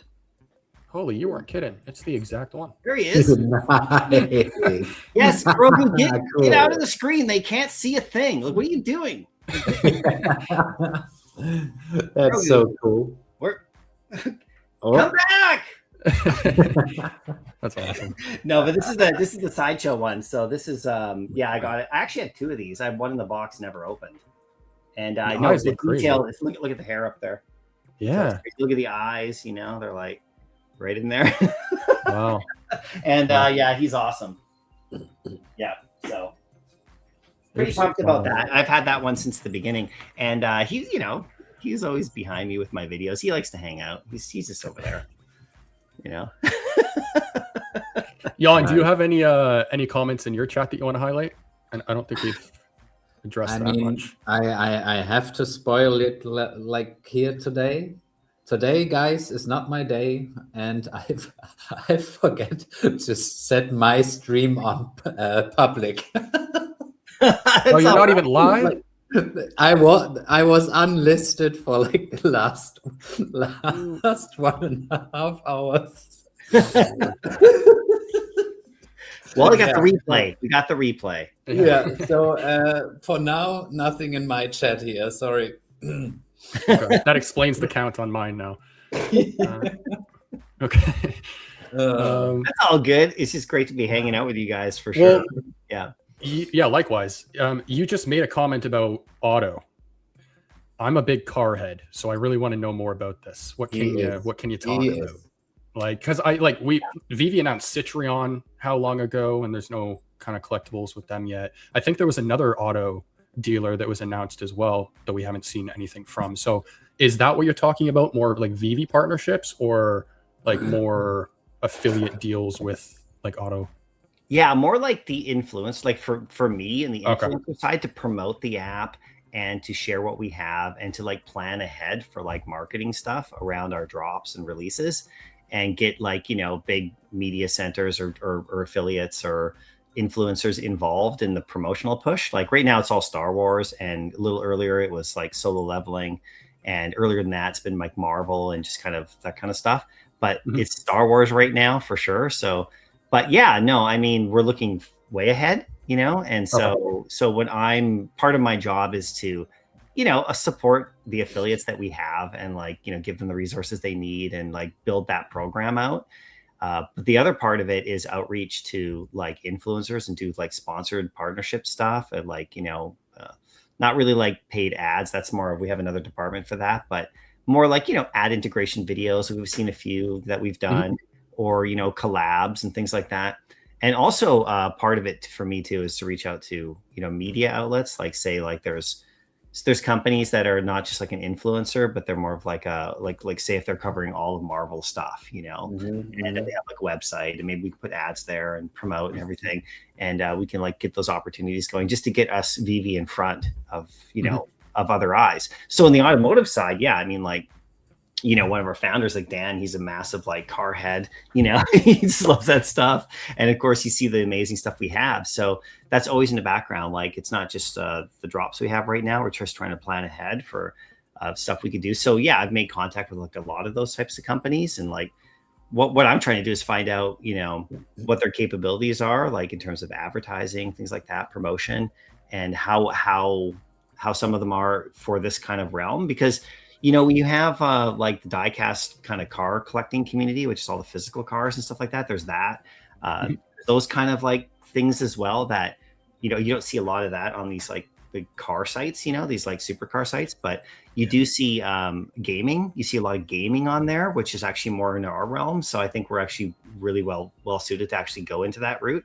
So if you kind of follow how like the racing games go, the Gran Turismos and all that kind of stuff, and how they promote, and if you actually like look at the same kind of places, you'll find opportunities to kind of advertise to people who would be interested in collecting like an amazing like 3D collectible, to be able to like have it in like a VeVeVerse type environment, and how they're building that and everything. So yeah, so that's just part of that. And so of course, when we have future releases coming up, that's when you want to strike, you know, in some ways. So I'm trying to plan that with our marketing team and our internal team.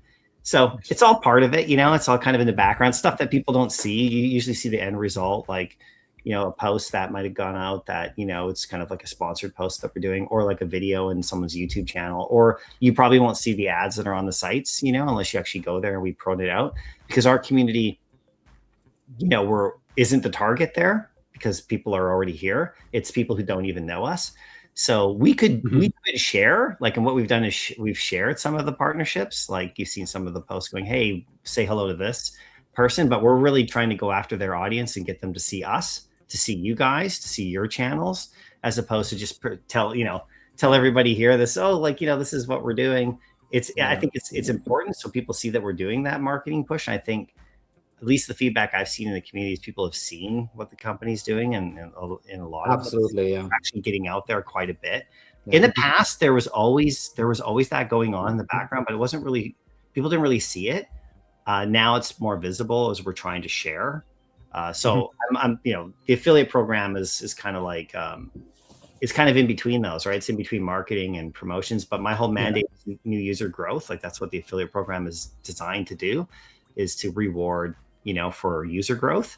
and to push like, and not even just user growth, to push like, I would say, you know, the first purchase is a really big deal for us, to get somebody who actually is in the app, who wants to actually purchase something and participate and learn how to use it and buy, and then become a customer and a collector. And like, and then how do we take them from that first part where they see it for the first time? Because a lot of people don't even know what VeVe is, never seen it before. Once they see it on a trusted source, then they go, oh, that's interesting. They click something to go look at whatever they land on. Like right now we have that Star Wars landing page, free collectible if someone signs up using it, right?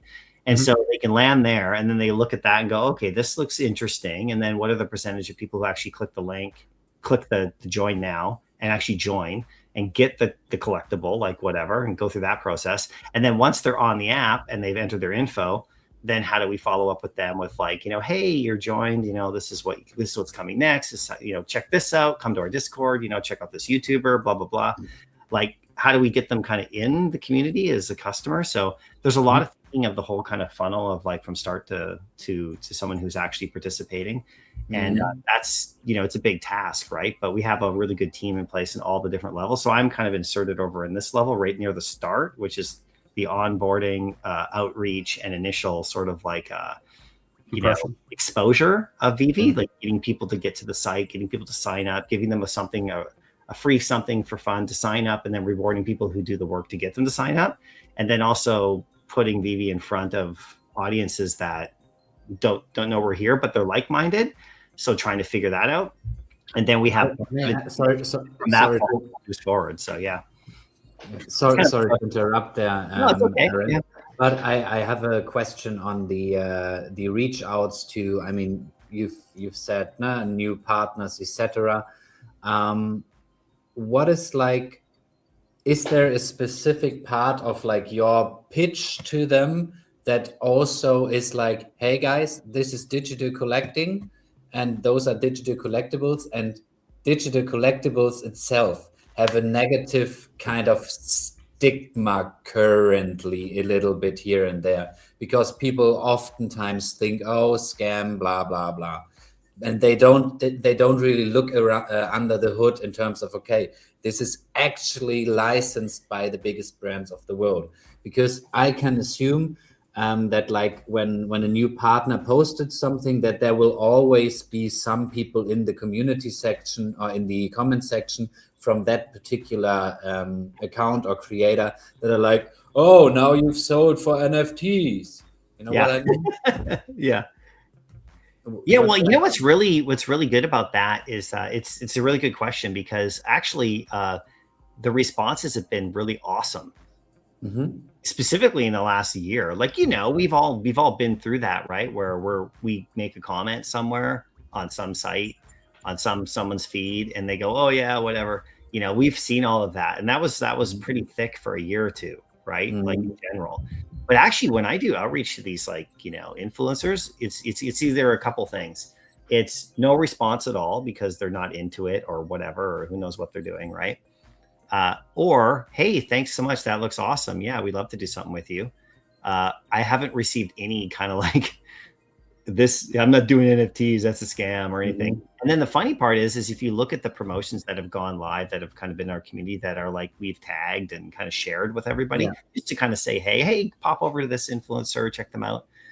If you actually look at the comment section in there, there's very little to none of that at this current time.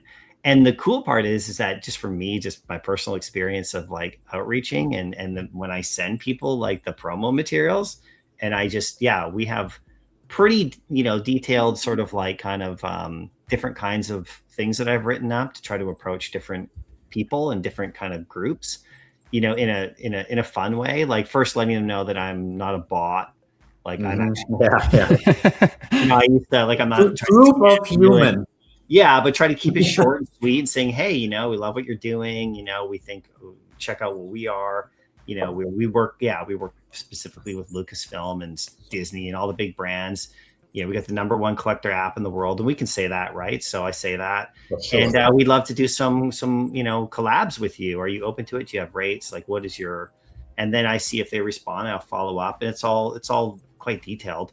And And so I try to customize each approach to everybody because we're trying to get them to, for me, I'm trying to get them to sign up as an affiliate as well. There's different levels. There's signing up someone to become an affiliate. And so their gains would be off of signing up new users, like any affiliate, because we're trying to get more affiliates to be actually active. The more affiliates you have active sharing links, then the more users we're going to get just by sheer numbers.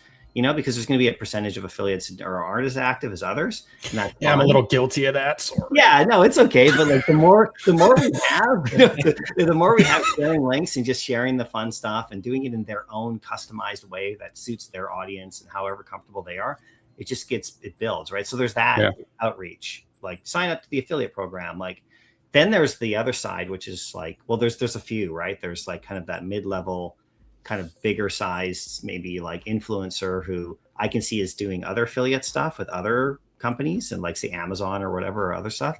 So there's an approach for them. Then there's like the big kind of like big influencer or media channels that we're really talking to their rep or we're talking to their department. Like, hey, can you give us your rate card, please? Can you give us your what do you guys charge for this kind of thing? And then we have to decide like in a paid sort of media way, do we allocate funds to that? Is it a good audience for us? Is it going to get good returns? Then there's all sorts of different levels to the outreach in that way. So, and each one has their own benefit, right? But volume is a key thing, like for the affiliate side, but then strategic is the other side, like the less volume, more strategic approach. And it seems to be working pretty good because,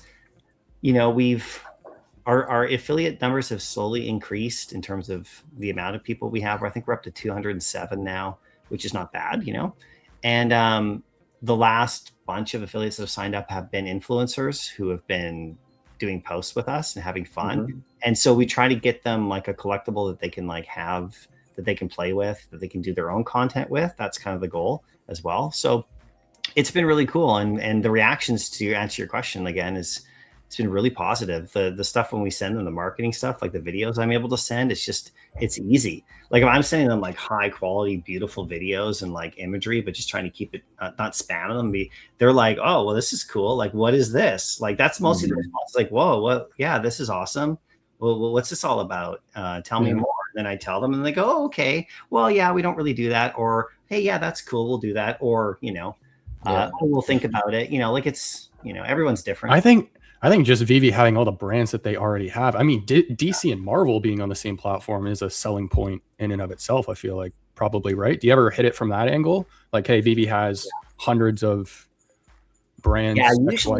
Yeah, usually it's targeted to like the person who like whatever their interest is covering. Right. So if you're like a Star Wars person, I go, yeah, we work directly with Lucasfilm, and you could too, basically. And also we have all this other stuff too, like, Disney and Lamborghini and the rest of it. So then it's kind of like, oh yeah, they're legit. And I think that's the thing. And then actually, what's really interesting is that once you've done, like we did that ad integration with the new Rockstar channel, like several months ago. Yeah. That video itself has actually drawn a lot of attention to us as people have approached us because of the video. They've approached us about, hey, we saw that video on new Rockstars. Do you guys, here are our rates, because they're like, because those kind of things legitimize the company as well. Like there's because they, to a certain level, right? Because those kind of channels and stuff like that, they don't just usually just do, like, you could pay someone to say anything really, but some channels they'll just do a commercial for anything. But a lot of those kind of ones we're going after are like, well, they're not going to do like a commercial on their thing in a Marvel movie, and they're not going to do a commercial about like tires on a car or something. And getting paid. Like they want it to match. Pretty targeted. Yeah, and they want to believe in it. So when they're talking, it's like authentic. Like the Variant Comics video that just went out with that big comic influencer and channel there. I mean, they were like, that video to me is one of the best promo videos I think that I've ever seen for VeVe and they just did that. Like they already knew about us. We were in contact with them, but they contacted us, which is really great. We'll do more with them. And they actually really just love the digital comic side of things and they're getting into it. And so like other comic influencers had historically not wanted anything to do with digital comics, DC or Marvel, right? They're kind of like, man, yeah, I'm doing this back here, right? So, and that's cool, but that's fine, right? But that makes your job even better though too, when you have the creators coming to you, because then that means they want to put the effort in. Yeah, we've had promos. people approach us, and it's cool with that because they're just seeing, it's all just starting to pick up a lot of momentum. They're seeing us, and a lot of people we've reached out to actually know about us already, which is cool because Nice. a couple of years ago people didn't really know about us, right?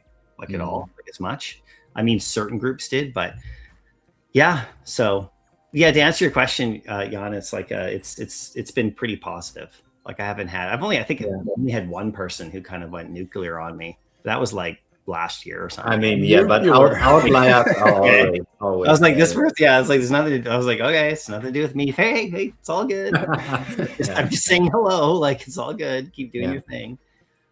Just lost me as a subscriber though, so because I was actually watching their channel, but whatever. yeah. Could you? I don't know if you can speak about it or not, but like we've talked about the affiliate program, onboarding of different influencers, etc. What kind of other verticals are you guys looking into? Because from our interview with Corey, we know the first of all the SEC decision with digital collectibles couldn't have been better. We are ranking. VeVe is ranking everywhere on the first page at the top when it comes to those search terms. Yeah. But I know that's not your field of expertise here because affiliates, etc. But will there be, for example, stuff like a support a creator code or something else to motivate people from our community and other communities to actually start producing content? Because it's a lot of work to put in good content. Oh yeah, sure. Like the main focus of the program right now is to pay people for signing up new users who make a first purchase. So the commission is there, right? Like that's the real, push. We are doing the revenue tracking though of people who are using the link, and that's giving us great info, right? That's giving us great info about our community and people we sign up. That's also giving us info for the promotions we do. Like with someone outside the community, like we do a paid post or a video. You're talking about the link OMI, and I guess that link is the same link that generates his commission. Yeah. So the only thing is it's being shared with a current community of existing users. So when they click it, there's no commission. It's just recording when they purchase. Yeah. And it shows up in his dashboard. That's something we added on purpose, right? Yeah. Okay. And so that link is the same. So it's not a different link. You can create vanity links and send someone to the store through the affiliate dashboard through a little widget, and that's cool because you can do a link that sends someone to a specific drop, but it has the same functionality in the back end. If a new user clicks that and buys, then the commission gets activated, right, for the affiliate. So we're using that info when we do a promo as well. Like say we do the Very Comics video and someone signs up using that link.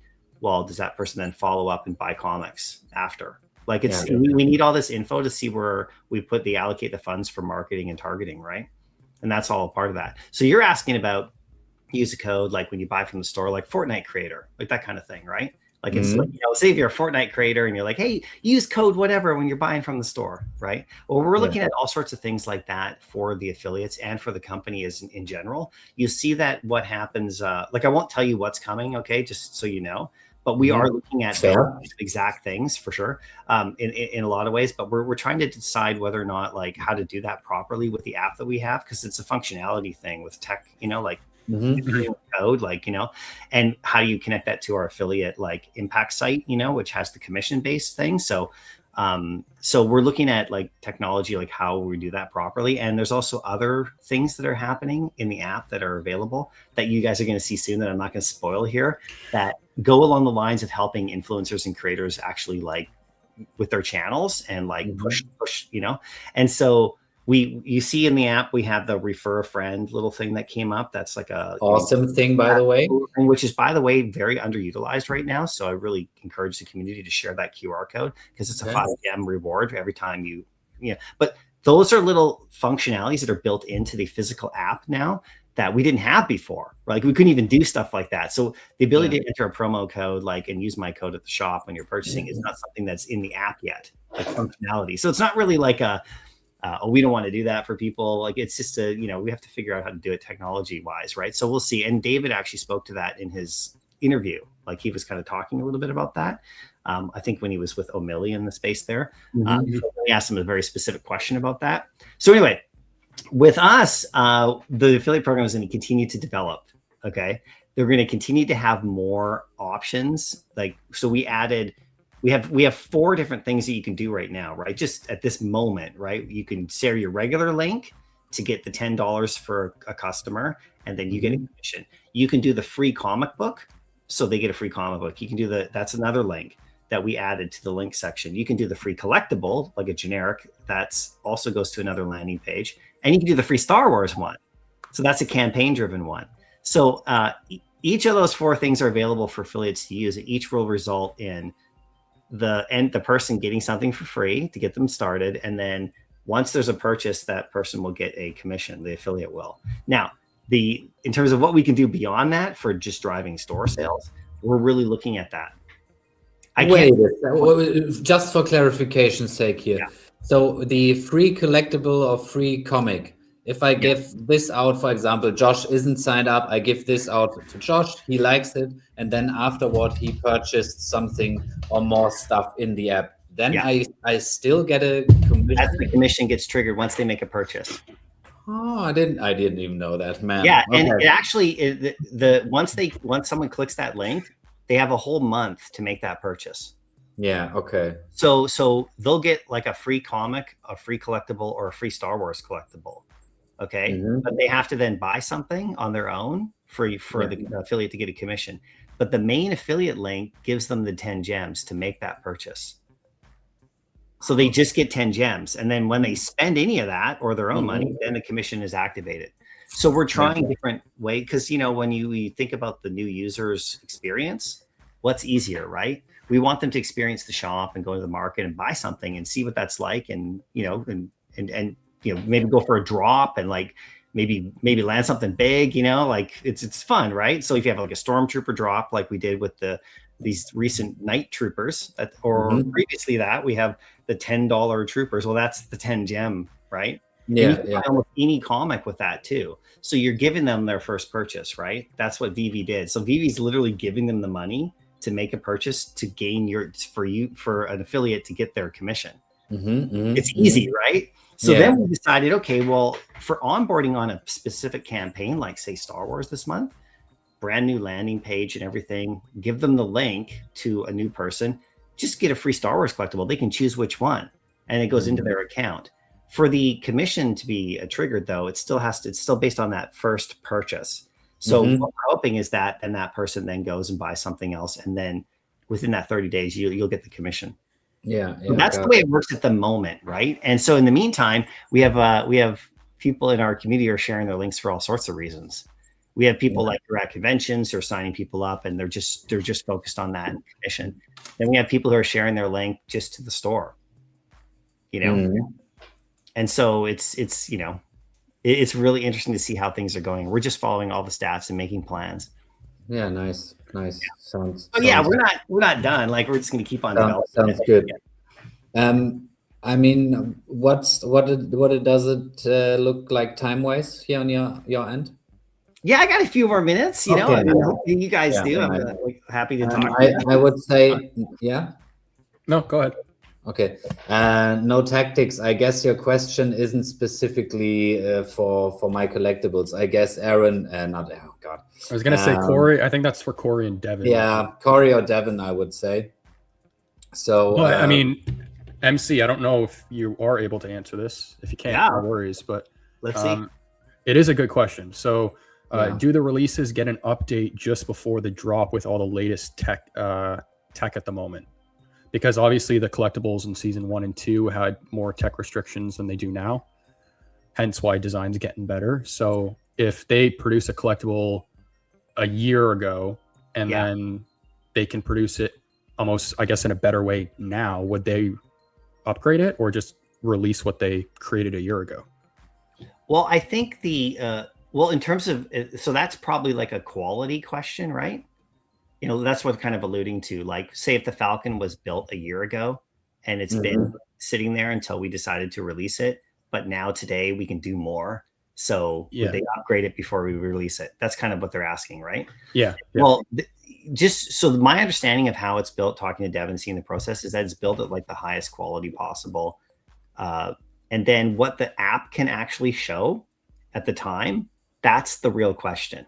It's not so much the collectible itself, you know, like the collectible itself has to be screen accurate, high detail, and approved. Like if we're talking Star Wars, okay. So if you don't like Luke Skywalker's face, well, that's just the rendition of what Lucasfilm wanted to release, like just on an action figure too. Like the paint, the plastic one doesn't really look like Mark Hamill, you know, like, you know, it's just, unless you, so there's that. So that's not really a quality issue, for example. That's more the collectible itself. What I would say at this point, you know, is that, and for the Falcon too, probably, is that when it was built, whenever it was completed and signed off and finished, they're always still working on it all the way up until the end.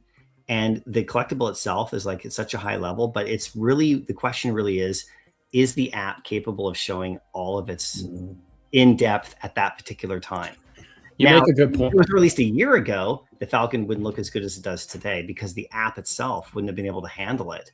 So that's the other layer that I would say. So my understanding is when they're building these things throughout, there is definitely an approval process. And once it gets signed off and it's like, okay, Lucasfilm is happy, our team is not going to like just like shelve it. I think they continue to like, you know, make sure, like if we go another year and it hasn't been released because of a contractual thing or whatever, they're going to revisit it and check it out to make sure it's at a high quality enough. You know, so it's all subjective though. Like some people think, you know, the Falcon looks incredible. Some people think it's like, oh, it could be better. But I've seen the actual like the VeVe'Verse files of it. It's huge. It is so huge. Like, you know, the golden moments, like the golden moments go back to 2021 and look at how unbelievable they look in the VeVe'Verse. So the capability isn't like dropped off or gotten better. Like if you, in some ways, you know what I mean? Like, it's just, if you look at those golden moments, like the quality of the textures of those, I mean, that was insane. But what you see that in the VeVe'Verse, it's like when you see C-3PO, like it's insane, right? But that was released in 2021. So the base level of most of these collectibles they're building is like at a super high level. It's just what can the app handle? It's a good point, because but I think it's a better question for Corey and Devin and the team, like you said, though. But that's my impression. Well, maybe just to elaborate on what you said though too, that's how the majority, if not all, physical collectibles are pretty much made nowadays anyways. They're all modeled in a 3D software and then turned into physical. Yeah. Right? You guys just don't do that last part. So you already have the high quality 3D files that are I'm pretty sure that's how they're built now. Yeah. 100%. Yeah. Like, so, but yeah, so, you know, that approval process and like, yeah, if, you know, if the collectible is, you know, this is just me knowing the team. If they built it, it's like, oh, it's a year ago. It was, you know, I'm sure that it would get a little love, facelift capability, but at the same time, it would have to be approved again, right? Yeah. You know, so yeah. Good question. And you know, if they're working ahead, which is a good thing, they're also looking at that too, what we can do, what we can't do, you know, and what we maybe will be able to do, you know, in time. So, you know, but yeah, I like, for me, it's kind of a funny thing because I have this kind of different sort of thing about collectibles, like say the early stuff on VeVe, right? Like that, some of it not as detailed, for example, you know, but I collect vintage toys, so I'm cool with that because I like the progression. Like, you know, there's the sideshow stuff, like this guy here, he's super, like, he's crazy, right? And then that Grogu that, you know, I don't even know where he is. He went to the kitchen or something. Grogu, he's eating fish. But like, I collect the 77 Star Wars line, which is like as non-screen accurate as you can get. Like, they're so basic, right? But there's something about them, right? So I think as time goes on, like say you're another 10 years and, you know, we're collecting on VeVe. Well, season 1 stuff is like the 77 line of Star Wars or the 80s toys that came out. Like, they're just different. They're, you know, in some ways, right? And if there's crazy detail back then, like on those golden moments, that's going to be quite special.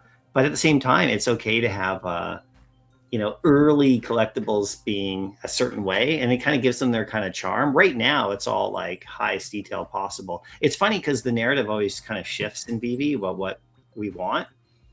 Like right now, there's a real emphasis on high end everything because the stuff we're releasing is so high level. But there's also the scarcity aspect of it. So there's collectibles on the app that are not high end detail at all, like like Spider-Man Noir. I mean, like he's so scarce. He's like, well, what is he like right now? Like $25,000 in the market, which probably isn't real price, but you know what I mean? Like there's no detail there, or Donnie and stuff like that.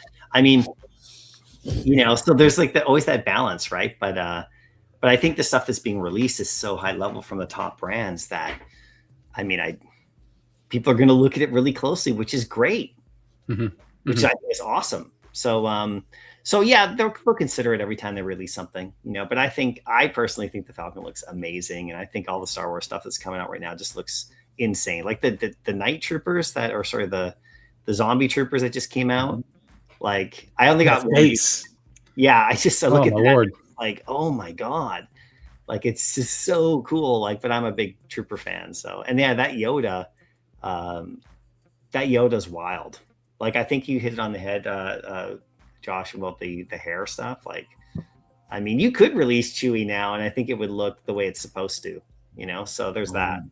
You do make a good point, though. Chewie would be a hard one to really hit the nail with the hammer. So you want to make sure that that's, and when you have like, actor likenesses, like a Han or like Luke, and they have the actor's face is so like, that's why like Reva, who's from, the Obi-Wan Kenobi show in the app, the Sith, she looks like exactly like the actor. It is insane, and I look at that. I'm not a huge fan of the character, but the collectible is one of the nicest collectibles I've ever seen. If you look at her face, it's exactly. That's the one with the Jabba series, right? The Jabba the Hutt, or was that a separate? No. This is this is from the Obi-Wan Kenobi series. So the show. So we have Obi-Wan, like his first appearance, and he's holding his lightsaber, and he looks like Ewan McGregor, like he does, right? I mean, it could be more photorealistic, but yeah, her, like, she looks exactly like the character, like the actor. It's insane. And I was just like, wow, how did they do that? So, No. So I have a few more questions here in the chat, and then let us know when you have to go, by the way. Otherwise, we're just firing questions. Yeah. Yeah, I probably got till the top of the hour, which is like another 10 minutes. Okay, perfect. Then we will definitely get those two questions in. Yeah. So what about targeting like actors from films as like associated with each IP? I thought about that a couple of times as well, and I think, like, for example, a Robert Downey Jr. with his, like the Iron Man, the floating one next to him, or stuff like that. That would be great, but we have to also look at our budgets. Okay, that point. Yeah. I mean, let's be real.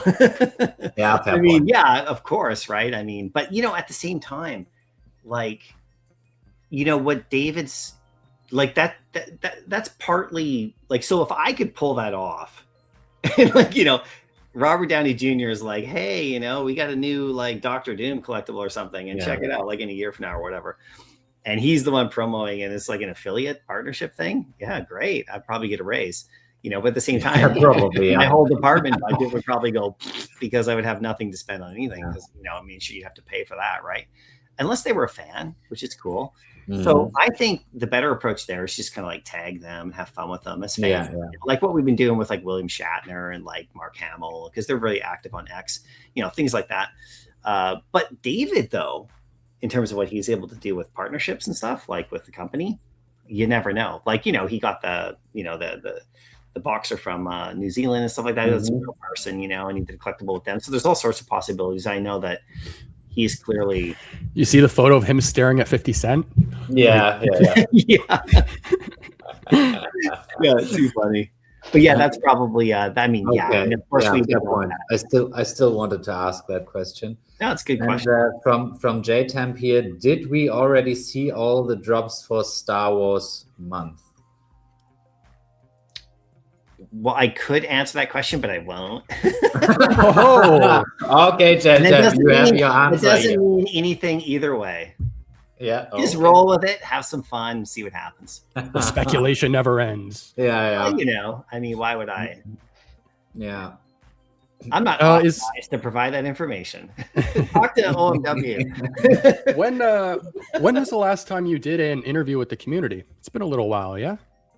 Just myself? Yeah, Or when was like in this format? yeah, in this format. Yeah, it's been a while. It's been a while. Yeah, I'm I've curious. jumped up into spaces, and I've actually jumped into live streams a few times, said hi. But yeah, the last interview sit down that I did, probably about a year. Yeah. Oh wow, it's been that long. Yeah, I think but then was it that one? Then it was ours, because like I think like it was yours. 7-8 months back we had the one on my channel. That's the one. Okay, well, I only come here. This is the only place to come. Yeah, watch out. O'Malley's in the chat. You got the exclusive. I haven't got my royalties yet. Where are my royalties? But no, I want to give you the floor. 7 Spare my months. wall. I know, J Temp. I know. Are there any topics that you want to cover? Anything that you want to highlight that's been just hasn't got enough attention over the past 7 months? Well, no, I you know, for me, it's been a kind of a fun like transition at this company from when I first started with community managing and then moving into the affiliate side. And I just want people to know that, like, you know, the team that we have is, you know, there's been changes since I've started. Like, I've been at the company just over 2 years. I had my 2 year on April 15th, so like about 3 or 4 weeks ago. And from when I came to the company then, like, there was really good people working at the company, and there was a certain structure in place and certain like focus on what the company was doing. But since then, you know, like there's been really, I think, positive changes, like in directions that make more sense and are really focused. And I think that you'll see.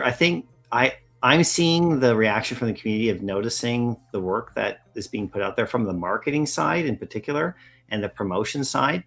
And when I first joined the company, I kind of got a sense of where they were at and why the marketing push wasn't as high at the particular time, and where the focus was at that time compared to where it is now, and how we have the ability to do that kind of stuff. Like, the structure is built in place really well. So we have like a really, really good, clean, like lean staff that is focused in their specific areas, but we're all like working together really well. And that is something that like takes time to build at a company, like at any company. You know, and so we've had really good people come and go at VeVe for all sorts of reasons. But the people that are here right now, they're like, so I'm very focused on the role that I have, but I'm also built right into the other teams. So we're working together. And so we're really kind of like started a lot of momentum a few months ago, probably like maybe 6 months ago, I'd say into the fall, like before New York Comic Con. I think there was a lot of momentum there, and we've just been pushing it.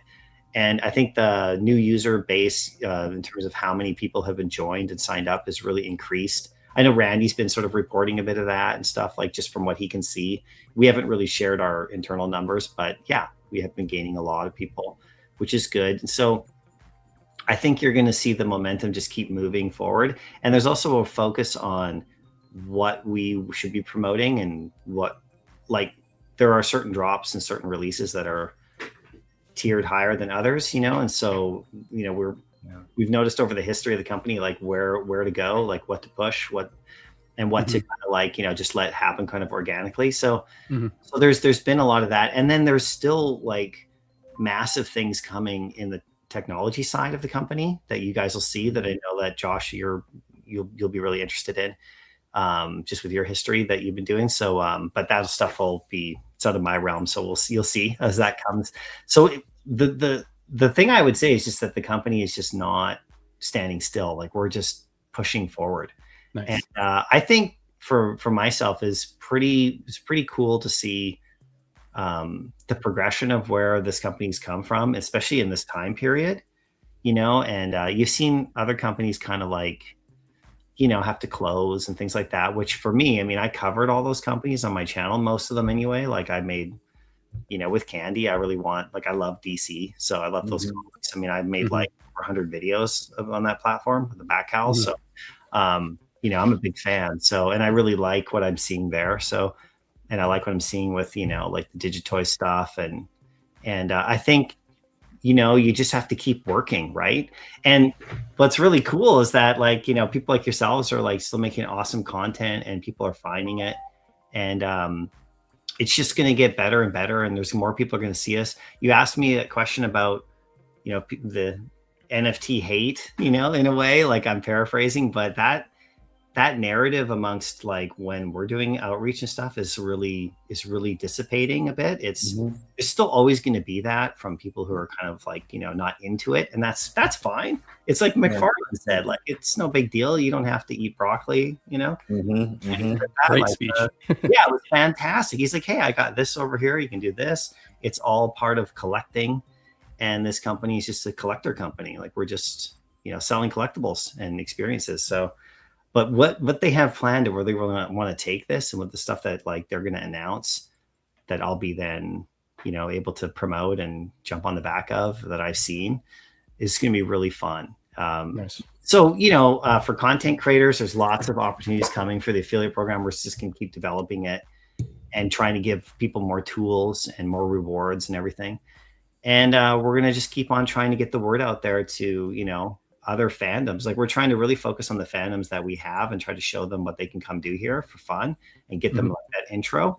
And then, but once they're here, then what? We want to send them to our community, to your channels, to your, so they know where to go and know who to talk to, onto the Discord and stuff like that too. So that's a big part of, like, the planning, right? So whenever I do a promotional post, just for me personally, like with the affiliates, like if it's a sponsored thing, I'm always tagging and then trying to get everybody to go over and say hi to them. And then I'm always telling them where to go and who to talk to in the DMs.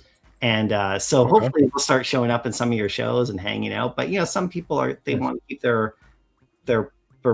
personalities private. Like, maybe they're just an ex-influencer and they're like just posting everything. That's cool. They're not going to go on a live stream because, that's not their thing, Aaron, you would help us out massively with like those kind of contacts outside of our community. I mean, we had a few people outside of our community on, and it was like so interesting getting their points of views and different angles of the situation itself with digital collecting. So if you have any cool contacts for us that you would say, hey, Josh and Jan Beyond the Drop, good show to hang out and talk about, we are always open for that.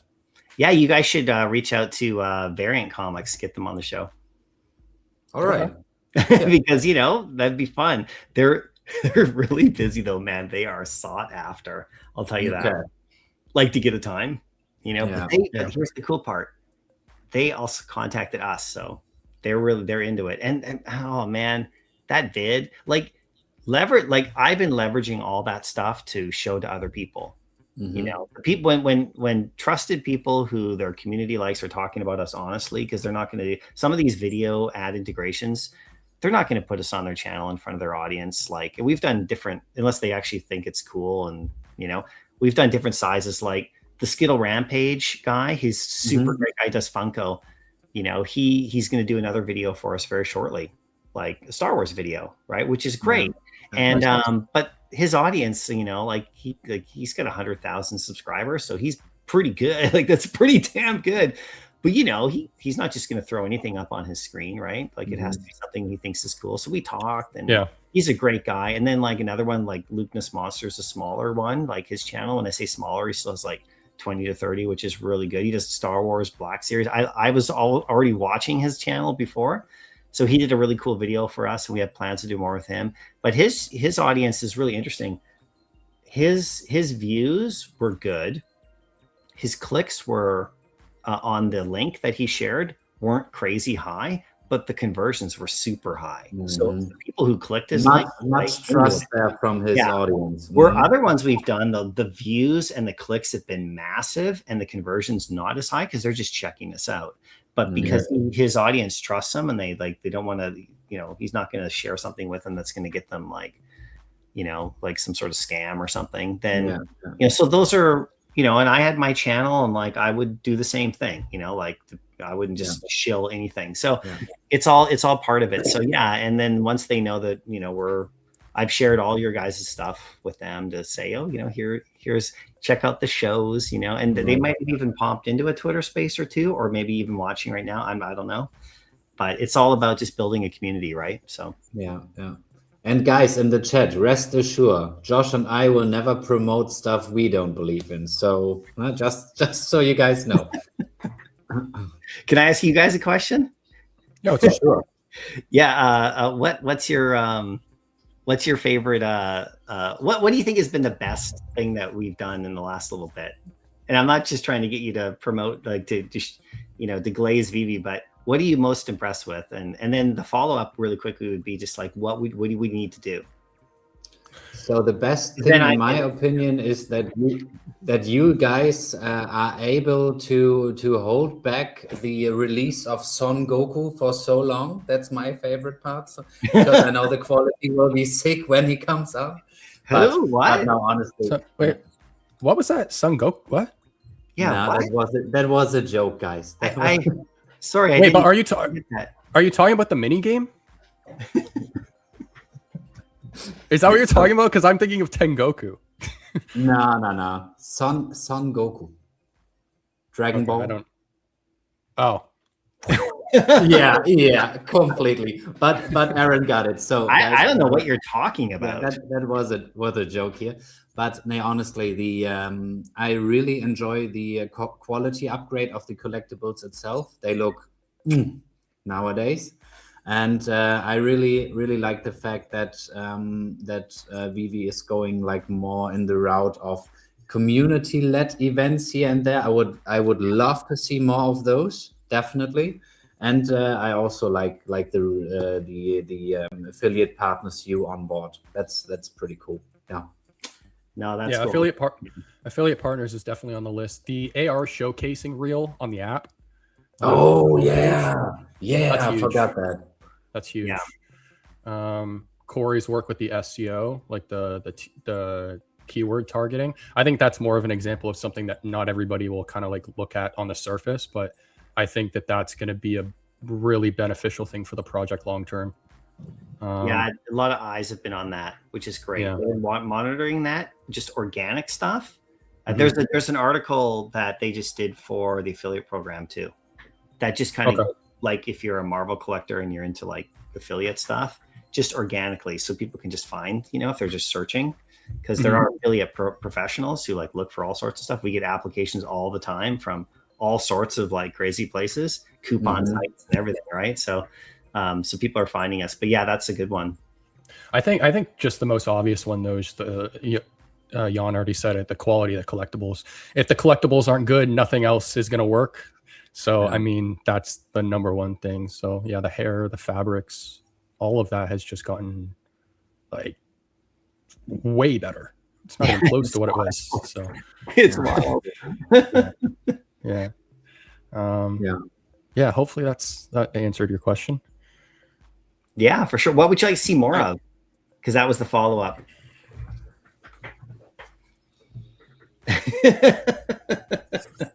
Okay, so here's something that I've been mentioning for a few years now. I would like Cryptoys did this really well. They had a community manager that went around at all the events and got people involved with the collectibles and AR. Cool. And you would see that what they would do is they'd film the reactions of people seeing the collectibles for the first time. And that reaction is what people bought into on the TikTok feeds and the social media feeds. So what that reminds me of is when Facebook ads were popping off in like 2012, 2013, there was this guy that would run Facebook ads of him standing outside of a billboard that he bought for like $100,000. And the billboard itself generated no sales, nothing, right? It was old traditional form of marketing. But the video that he filmed of him standing in front of the billboard saying he paid $100,000 for it and then posting that as an ad on Facebook is what generated everything. So I think, if there's somebody who is dedicated to going around and just getting reactions from people seeing their favorite characters that they grew up with in AR, like the Hulk smashing or something, film the reaction, post it on TikTok, get a viral video. That viral video brings people in. Awesome.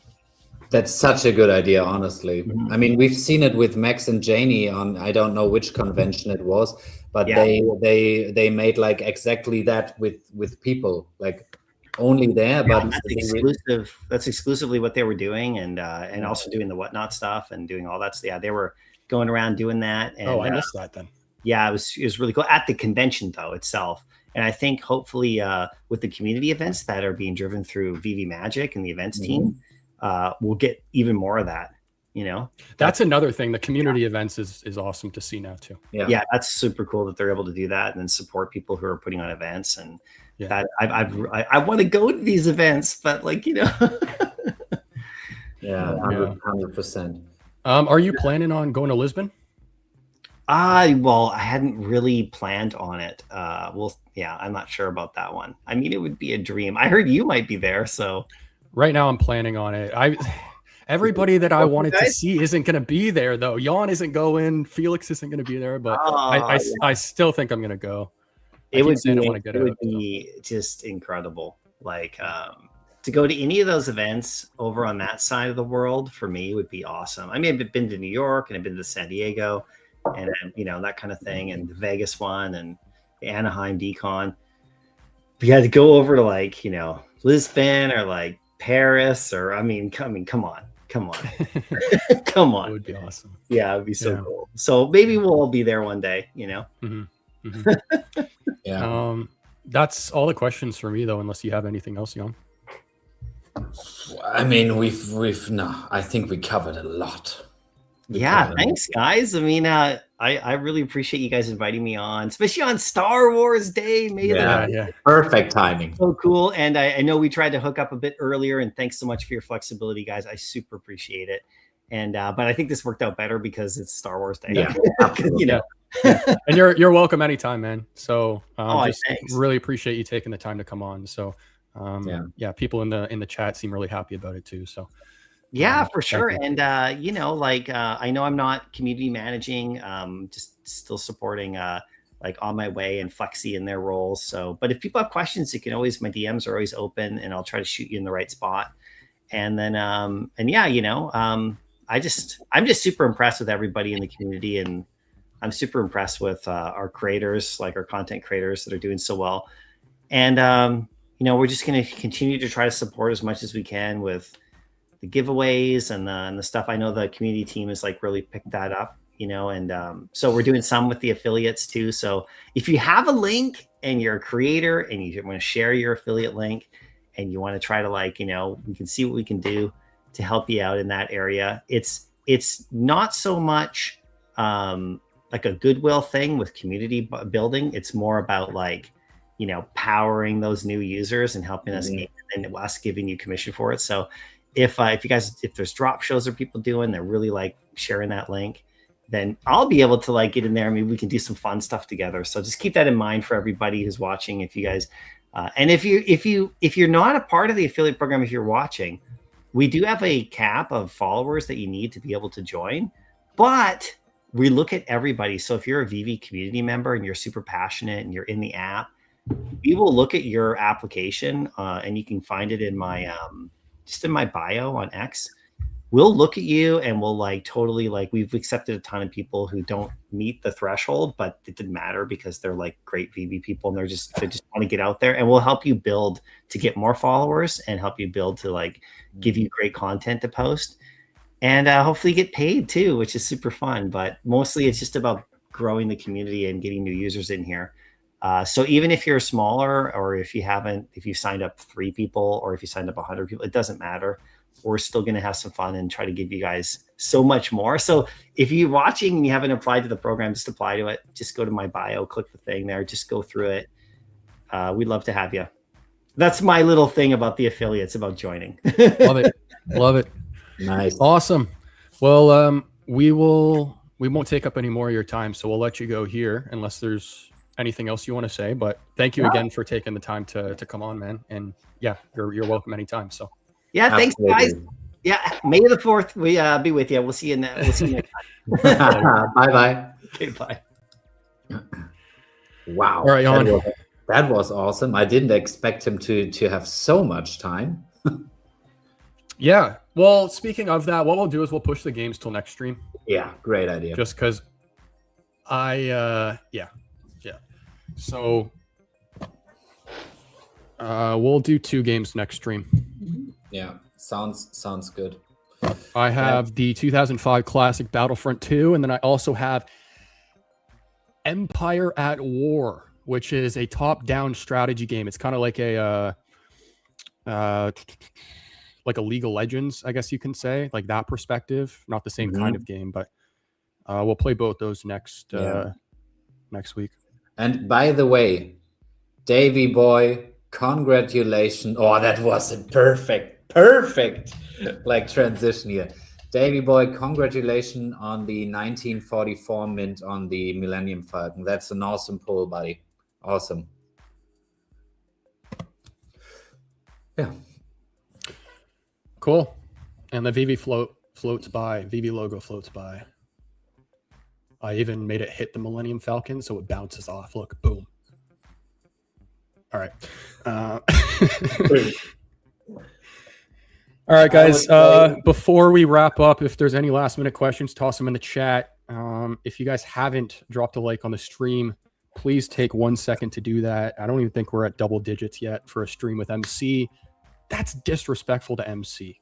So take a second to like the stream if you guys haven't already, and then sharing goes a long way as well. So, yes. Jan, anything else? Nope. Cool. All right. Well, we will be live again next Monday, 1 p.m. EST. 2 games, possible other guest, and see you guys then. Oh, wrong hand. Let's collect. We collect. Collectors going digital and Jack collects. Beyond the drop. Let's collect.